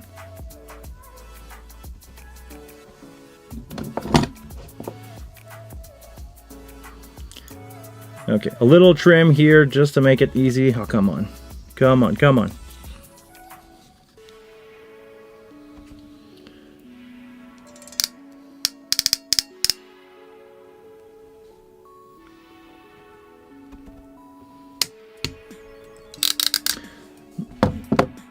But you don't need a headset. It would just, you know, it's just going to make it easy on you and easier for you to communicate, because having it being real close from your mouth is going to pick up the sound directly. It's going to have more. You're going to pick up most of the energy that you're projecting when speaking. So the closer you are to the microphone, the more energy you're picking up. And when it comes to working with video, and I'm going to include in video here doing some streaming, the thing that matters the most is the sound. Because right now, you probably don't know, but you're watching a stretch up 1080p camera. I'm using a Sony FX30, but I'm using it over USB because usually I have my streaming setup behind me. And because I'm using it over a USB 2 connection, it only stream 1080p. The image quality is not as best as it could be. It's only a 1080p. But because I have good sound, I have really loud and present good sound, it's basically interests you. Your brain is liking the overall, because the image quality could be really bad. As long as you have good sound, people are interested in watching your stream. And I had that conversation with a couple of people a few days ago, and they all agreed with me. Like, it's the thing that matters the most. All right. Last crimp for today. Let me give you a good view on it. Angle. How do you guys want to see this? Angle crimp. Pushing it all the way in. There you go.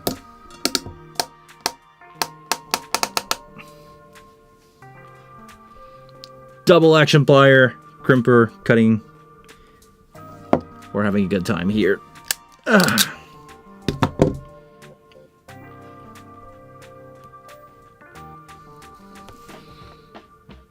That's a good looking connection, right? That's a good looking connection to me. And honestly, it doesn't really matter if I made it perfect, this one, because on a 5-footer, it's not gonna do much. I actually put the boots on, but I need to take it off to do the cable testing.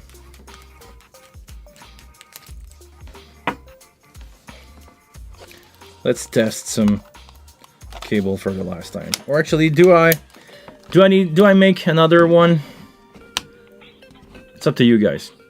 Let's test this out.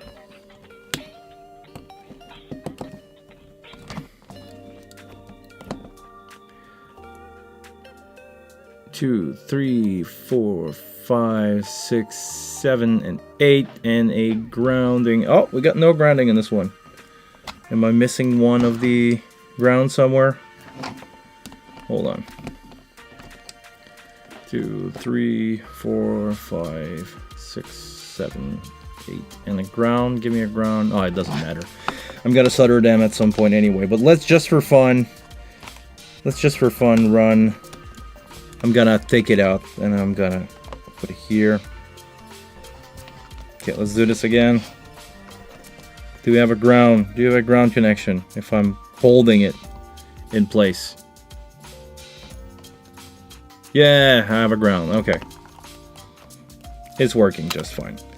And to be honest with you guys, when you are working with shielded cable or unshielded cable, or not unshielded cable, but with shielded cable, as long as you have one of the two ends to ground, you're good. Because it can, in some situation, help you to avoid ground loop if you have only one part of your cable connected to ground. I do not recommend it in uncontrolled situation, but some really big recording studios are wired this way. They agreed on a code. Let's say female has no ground, and every male connector has a ground. That way, you reduce the amount of possible ground loop. I would say, honestly, I prefer to have everything grounded. And I think it's a better option. Seriously. But some people, professional mastering engineer have their studio wired this way for a reason that it can help you avoid grounding issues. I don't know. I never done that. Okay, now let's talk the real deal. I have a 200-footer that I need to fix. I think I'm gonna do that now. I'm tired of streaming. It's been 2 hours, but I'm still good, and I'm still way behind on streaming. So this one is good. It's tested. It's gonna work just fine. I'm gonna test it with my Pro 1 because right now in my living room I have my Pro 1 set up with my DL231. I'm setting up a show for Les Chicanes because I'm sending out my 2 Pro 1 with the snake that I'm currently building on the tour for the next 3 years. So I need that to be ready. Give me a second here. I'm gonna grab some cable. I believe that's a good one. We can test it. Oh, and I see why I have only one of these connector left, because I forget to put it on in there. I'm gonna leave it like that. but I'm gonna test it. I want to make sure that this cable, it's about a 25 footer. I want to make sure that this one is good. It's the same. Actually, this one is Cat6A shielded, well, stranded shielded cable, but it's a 25 footer. It's in gray. It doesn't really matter. It's just the color of the cable doesn't really matter. I just wanted to, make sure that I have different color for Cat6A and Cat5, and this one is grounding also. So this one is good. Did you see it? Do you need to turn the tester again, Ivan?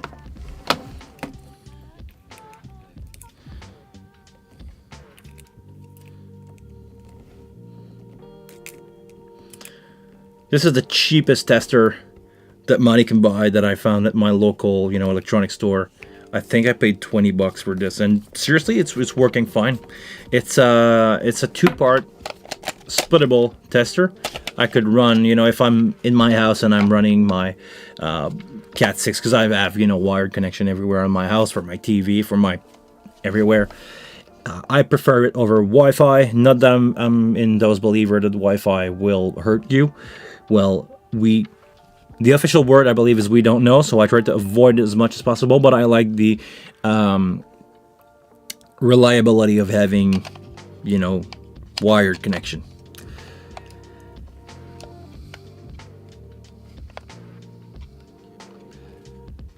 It was on, but you used it for testing the gray cable. Okay. Yeah. It's good. So this one is good. Go back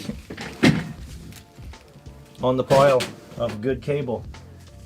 This one is also a good one. It's a 100-footer that I keep for my small run. This is one of the earliest cable that I ever had. This is like Cat5A, but from 20 years ago. This is one of the first versions of Cat5A stranded shaded cable.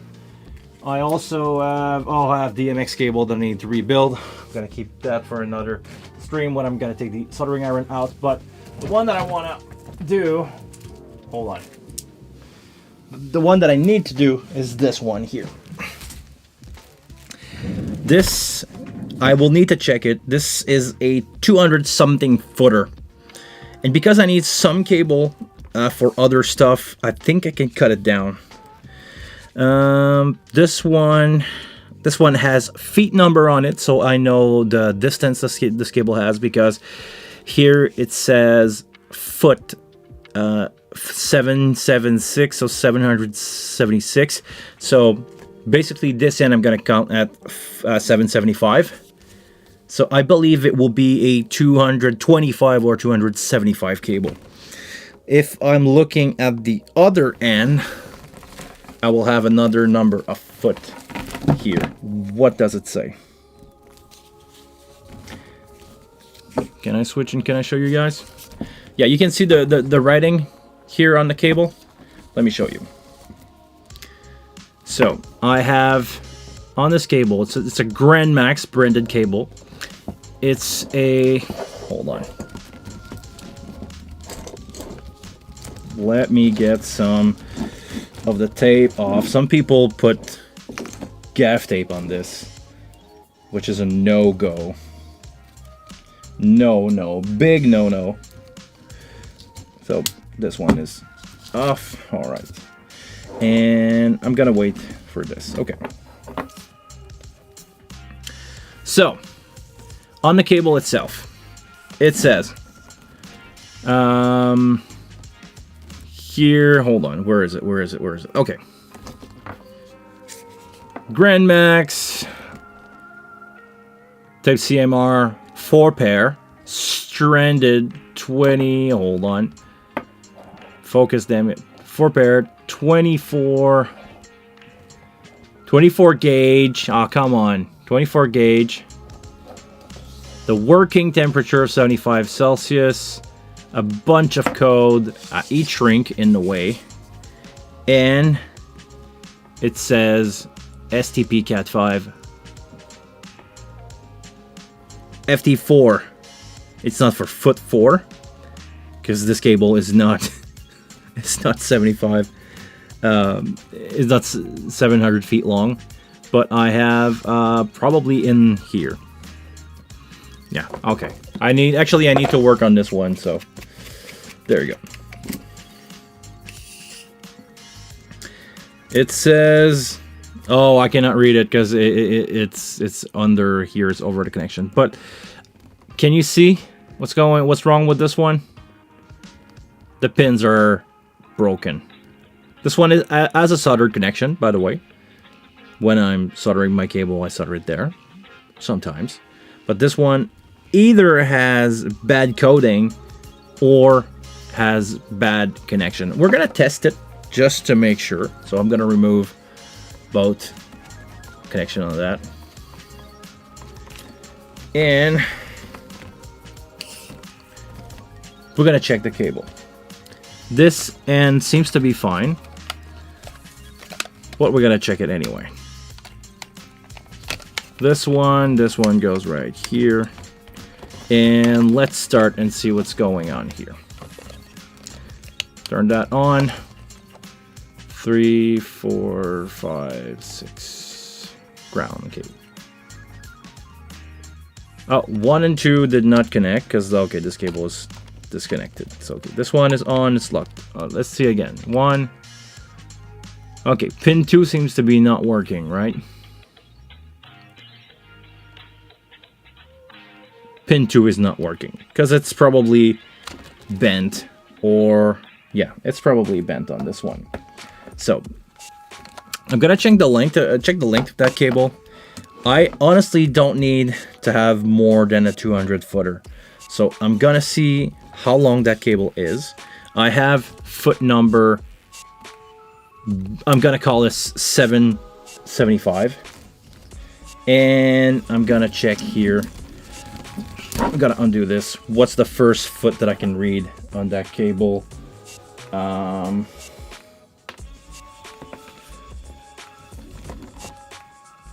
998. So this end, I'm gonna call it 1,000. This end is 1,000 feet, and the other end is 575. So it's 775. Let me get my calculator out because I don't know how to count anymore. Calculator. Enter. If I go 1,000, which is the number of feet, minus 775, it's a 225 feet. Or 223. I'm gonna call it 225. So, I'm gonna make, because I want this cable to be a straight 200 feet, I'm gonna do the difference. So I'm gonna say, because I want to give it a little more extra, because I don't need the extra 30 feet, I'm gonna go from, I'm gonna take my calculator out again. I'm gonna go 776 minus, or no, should I go the other way around? Okay, I'm gonna go 1,000 minus 23 equal 977.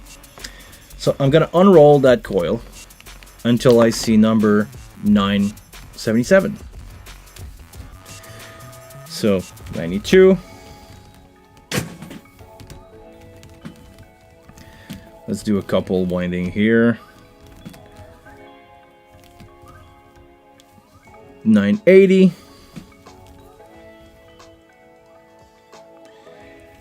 976. 976, and I have here 978 somewhere. So I have the 2 number here.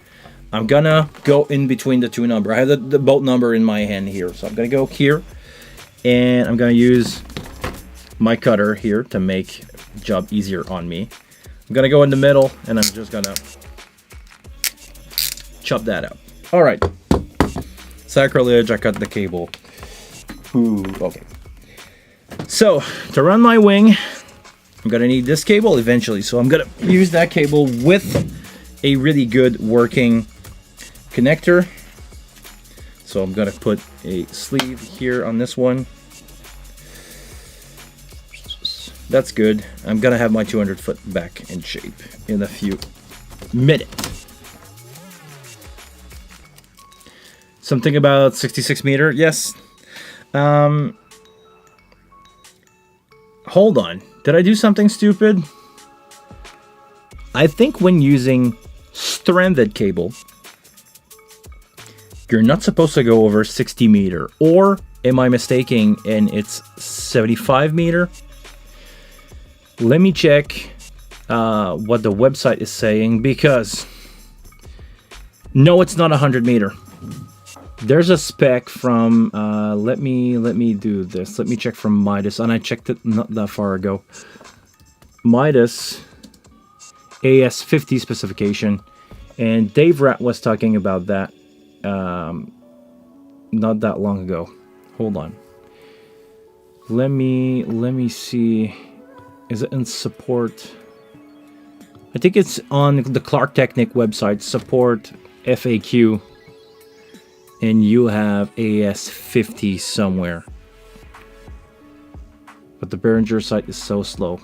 And I'm gonna search in the FAQ AS50. They released something about that recently, or maybe not recently, but I discovered that paper recently. By this information, AS50 connection maximum length. It's going to tell you the spec. Basically, after watching Dave's video about the subject, you have, oh, really interesting. Hold on. Can I do a screen capture of that to show you guys? I can probably do that. Is it on video?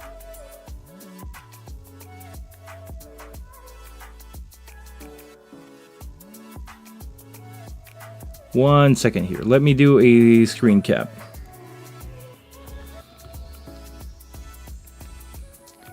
Add existing capture. Hold on. There you go. What's in there? Oh, it shows my calculator. Window capture. I'm gonna get there. Hold on.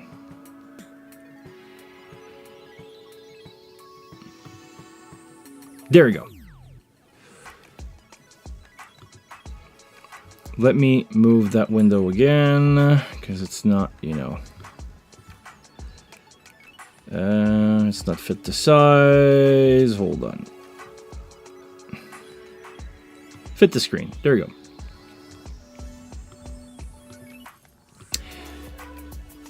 And I'm gonna let you, I need to check the website because it's too small for me to read. Hold on. Doing manipulation of OBS Live is not the easiest thing ever. Can I just do zoom in? I cannot. Okay. Center. Why can't I modify that? Okay. Let me go back.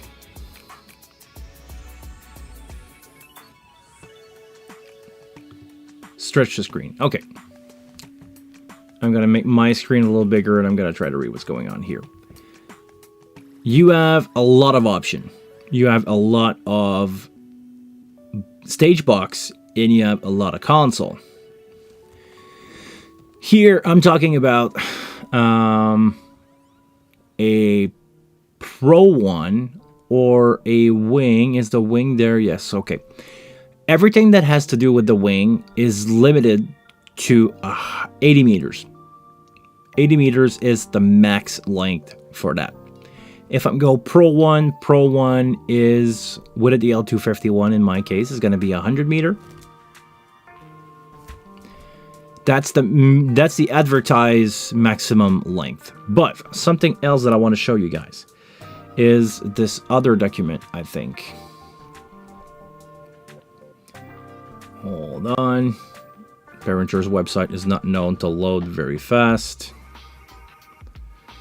Okay. Buy this Cat6A recommendation.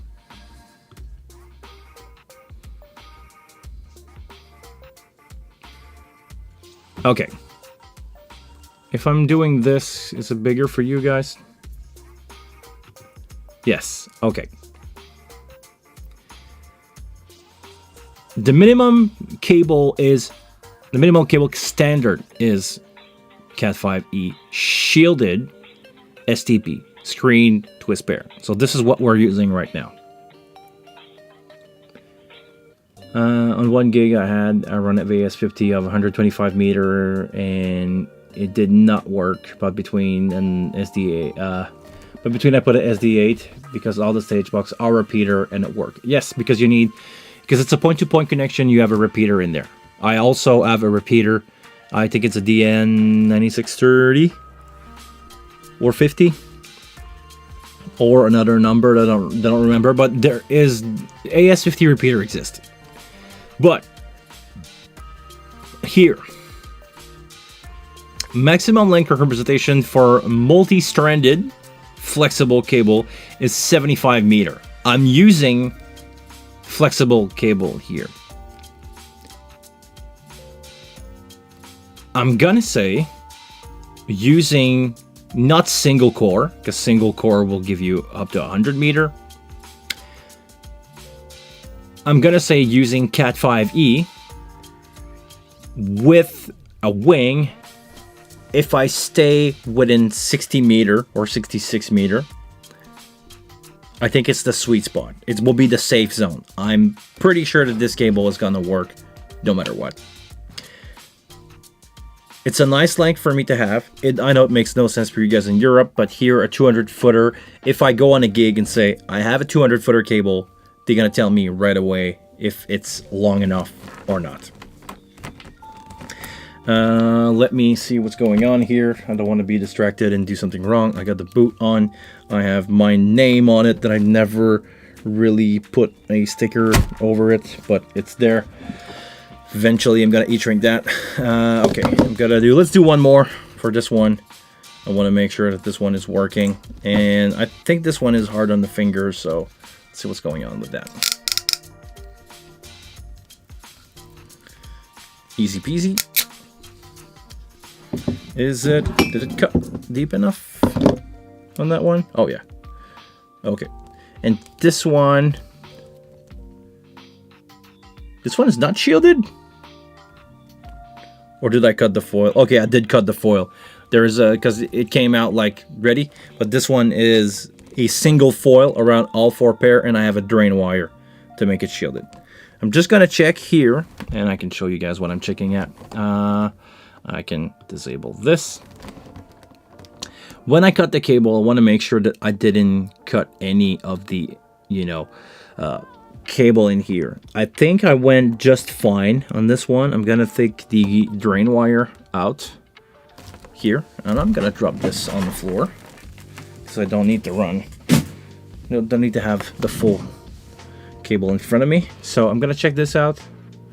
That's good. I didn't think I don't think I break any of these cable, and this one is tough on the finger because I need to undo these twisted pair. It's gonna take me a while, and I know for a fact that this one is using B standard, so I'm gonna stick to that for this one.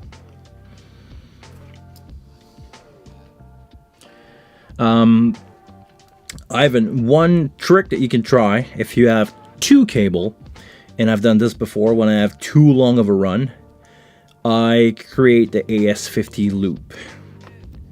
If you have 2 cable, you connect both on an X32 or M32 or wing, you create both cable in the back of the console and both cable in the back of your stage box if you only have a stage box, and you can extend the length that you can run. I do not recommend this. Use this only as a last case scenario, but if you're having a 2 pair of cable that causing any problem, try to run 2 inside, create basically a clock source loop, and it should, because it's a single clock communication of both AS50 device, should help to fix that. I know it saved my butt at one point. Thank you for sticking around, Ivan. I really appreciate that, man.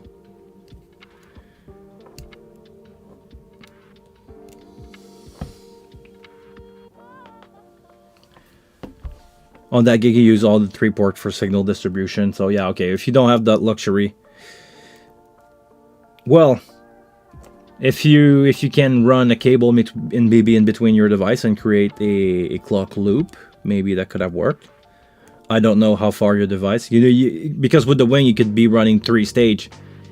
You know, your device could go like everywhere at the same time. So, okay, unfolding these, unfolding these, unfolding these. All right, I have color code on this one, thanks God. And let me get my cheat sheet out and place my screen. I don't like to see myself really big here. Let me get my cheat sheet out. Let me close my other window. There we go. Okay, so this one is using the B standard. The B standard is a little different. The B standards start with orange. So I'm going to start with white orange here. I'm going to do after that orange.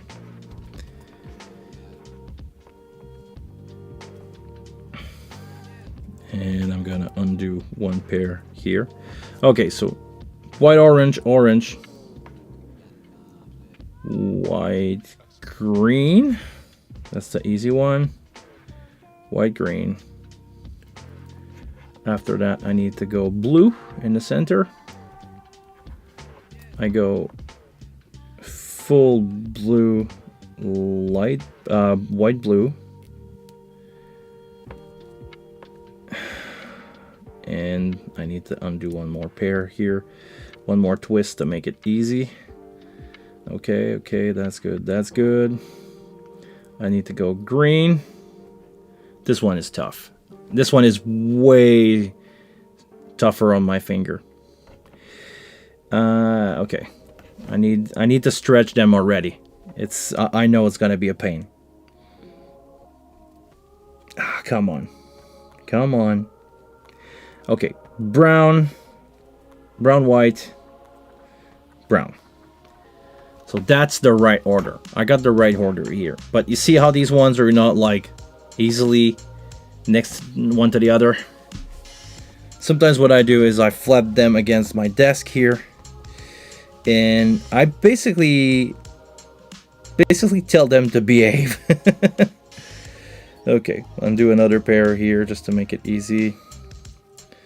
Come on, come on. They're already all mixed up, so let's do this again. White, orange, orange, white, green, green.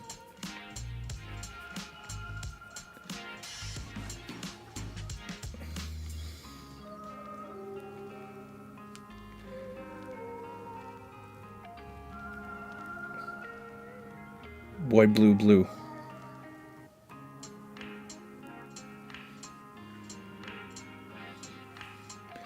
Okay, so you were using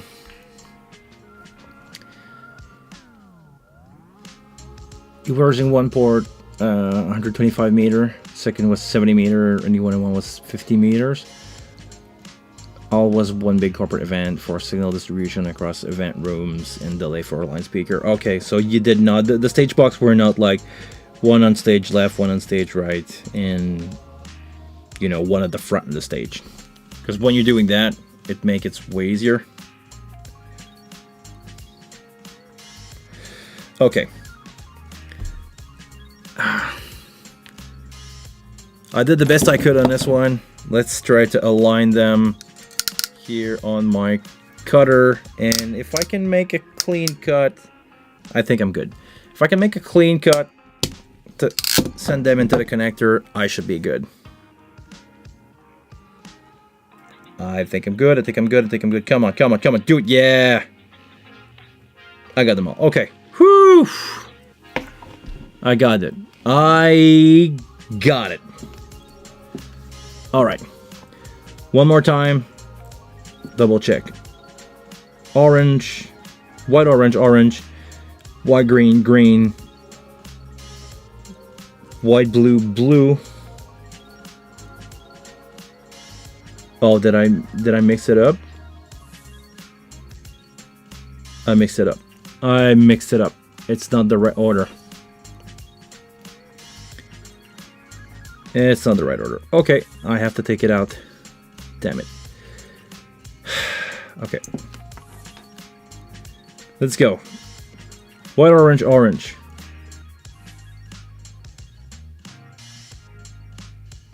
White, green. Blue. It's basically these two that are backward. Blue.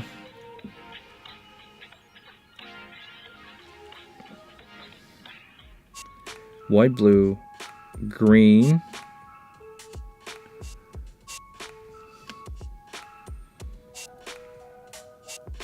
Okay. I think I got it now. Let's check this one more time. White, orange, orange. White, green, blue. White, blue, green. White, brown, brown. Gonna try not to cut it and send it like that in the connector.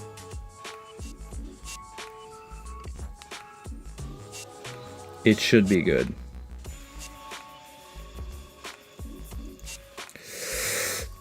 Did I get it? Because I moved. I didn't get it. Hold on. Oh, damn it. Okay. Let's move this again. All right. Now they're in place. Let's go. I'm gonna trim it again just to make it easier on me.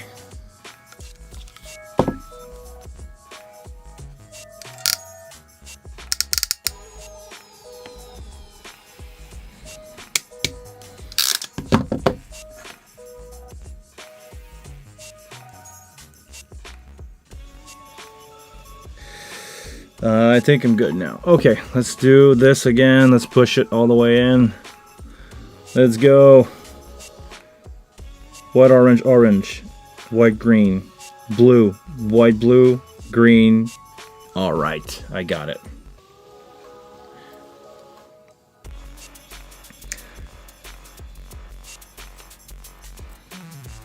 Drain wire on the side. Let's crimp this one. Let's go.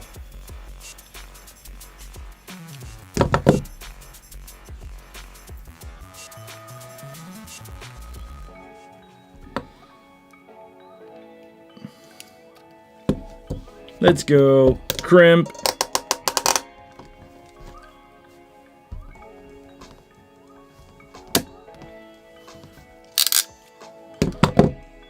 All right.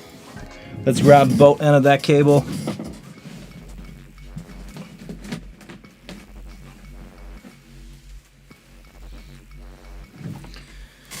And let's do a test.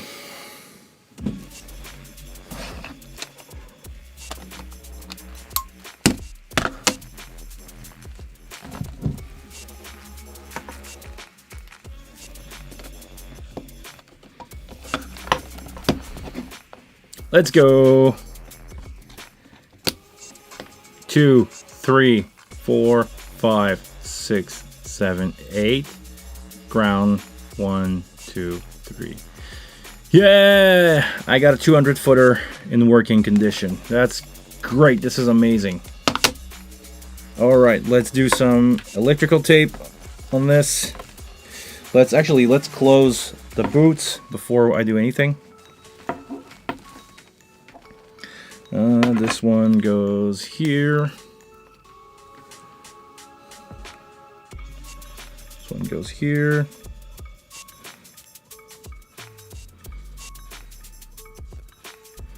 Oh, this one is a Nurtric connector. The other one that I use are the cheapest available on Amazon, which are more than fine. I mean, it's more a metal protector than really a grounding thing to have those connector on. So you don't need to spend money on expensive Nurtric one. It's gonna work just fine with the affordable one. I'm the kind of guy that like to save when it's good to save somewhere.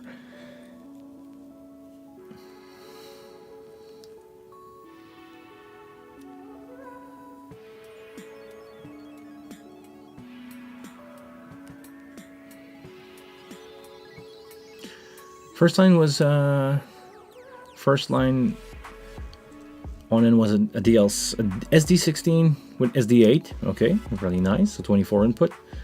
It went from one room. Second was SD16 for the second room. And the third was a DL32 with DL16. Was the main hall.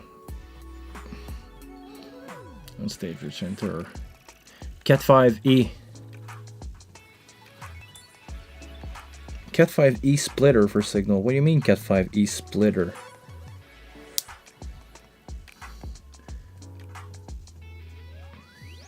Were you using Cat5? I don't get the splitter part of the message here. What do you mean splitter? You cannot, AS50 cannot be run through anything. Well, I'm pretty sure you know that. Cannot be run into, you know, AS50 or network splitter.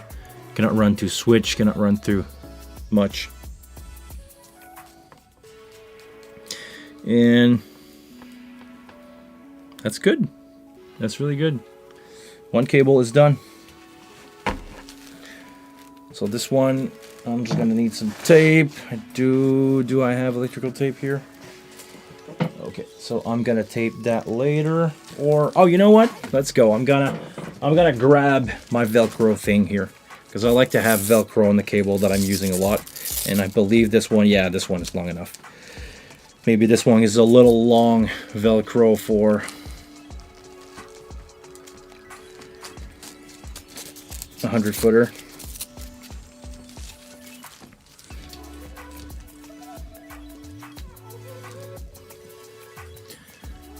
Oh, Cat5e with XLR. Okay, gotcha. Gotcha, man.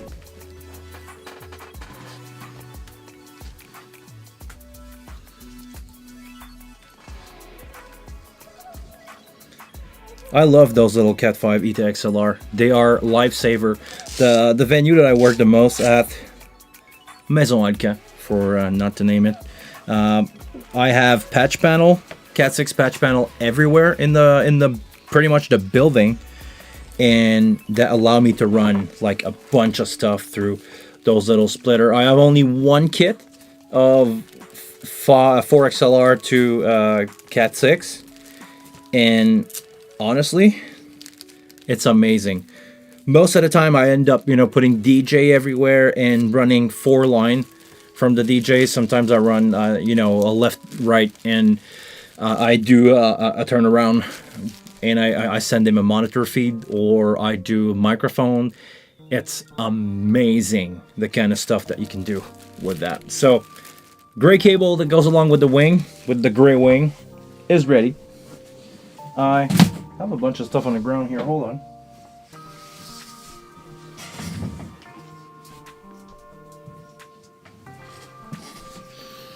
Okay, just found some e-drink that were laying there.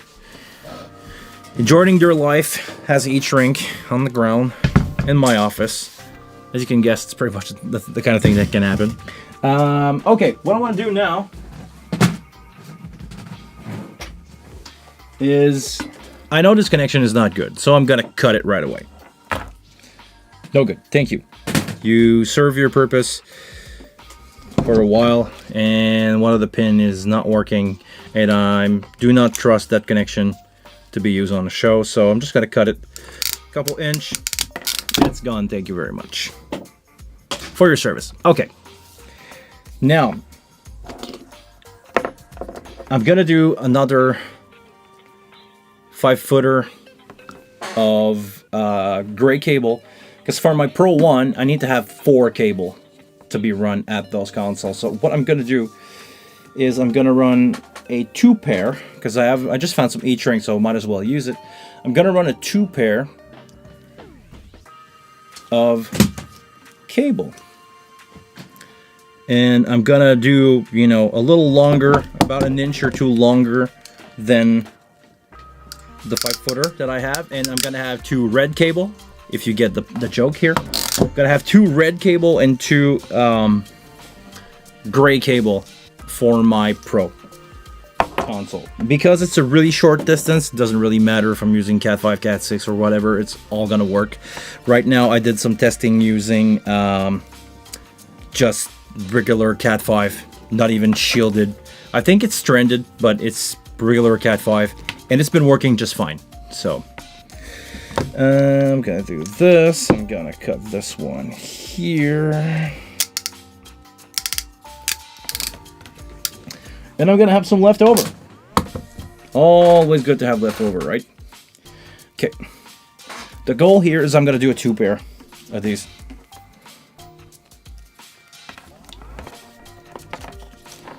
So I'm gonna do 4 more connection. And do I want to go for an hour with this still? I don't think I want to go for an hour. Okay, I'm gonna keep this one on the side. Sorry, I'm hitting a wall right there. I'm feeling a little tired. I've been streaming for 2.5 hours. It's been a blast so far. I must say thank you, Ivan, for hanging out with me. But I think I'm gonna wrap things up here, because do I have... Actually, no, I cannot do this because I don't even have a connector. I only have one of these that I should just put on the cable. So yeah, by the way, if you don't want to lose your loose one, you can just do this. I'm just gonna put this one on the cable. I'm gonna tie it against the cable. Oh, this one is a nice Nitric one. Yeah, getting tired. What time is it at your place, Ivan? I think you're in Europe, right? I mixed up people. Sorry if you're watching this, or sorry, Ivan, if I mix up. I don't remember who's from Europe, who's from, you know, Vegas, who's from Nashville, who's from Philly. I think I remember the Poncho was from Philly, but sometimes I'm getting mixed up because, well, there's 6,000 of you guys following me. There's not 6,000 people at every live stream, but you know, other than the usual cats, sometimes I forget. Please don't take any offense in that. Oh, Velcro. I'm gonna go back on my 100-footer here.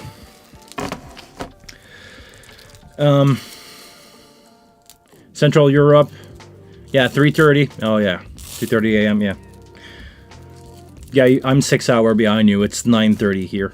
But still, I'm doing a lot of events early this week. I'm doing corporate events, so I'm mostly... Actually, on next Monday, I'm starting at 7 in the morning for a corporate event. So it's going to be a rough weekend, because I have on Saturday, I have a gig with singers. One of the singers that I'm doing from time to time. He's going to show up for a private event, so I'm doing that. So I'm probably sure we're going to finish late. He doesn't like to go on late, but you know, for private events, sometimes it's harder to decide when we go on. You know, you're supposed... Every corporate event, if you don't know, you're supposed to start at around, let's say, the band should go on at 8, and you end up going on after lunch because everybody is late. You end up going on at like 9:30. And they ask you for an encore, so you end up not finishing at 10. You end up finishing at midnight. So yeah, that's gonna be the plan for my weekend. I may stream tomorrow if I have connectors available, because I'm really close from the supplier, North American supplier. I'm really close to SFM, who supply Nitric. I have a friend who works there that can probably give me some cool Nitric connector. So I'm probably going to buy them from him, because I like my friend. And I'm probably going to do some more cable tomorrow. But on that, yeah, thank you very much for watching. If you're watching this in playback, thank you very much for doing so. Don't skip too much. The watch time on these videos is crucial for the surviving of my channel. And until the next one, make sure to subscribe to the channel. Make sure that you ring the bell so you get notification for every random live stream that I would do. Special thank you very much. Thank you very much, Ivan, for sticking around. It's go to bed, my friend. You really deserve it. Hope you're gonna have a great gig this weekend. And yeah, take care, guys. Until the next one. Take care of yourself, and see you soon. See you.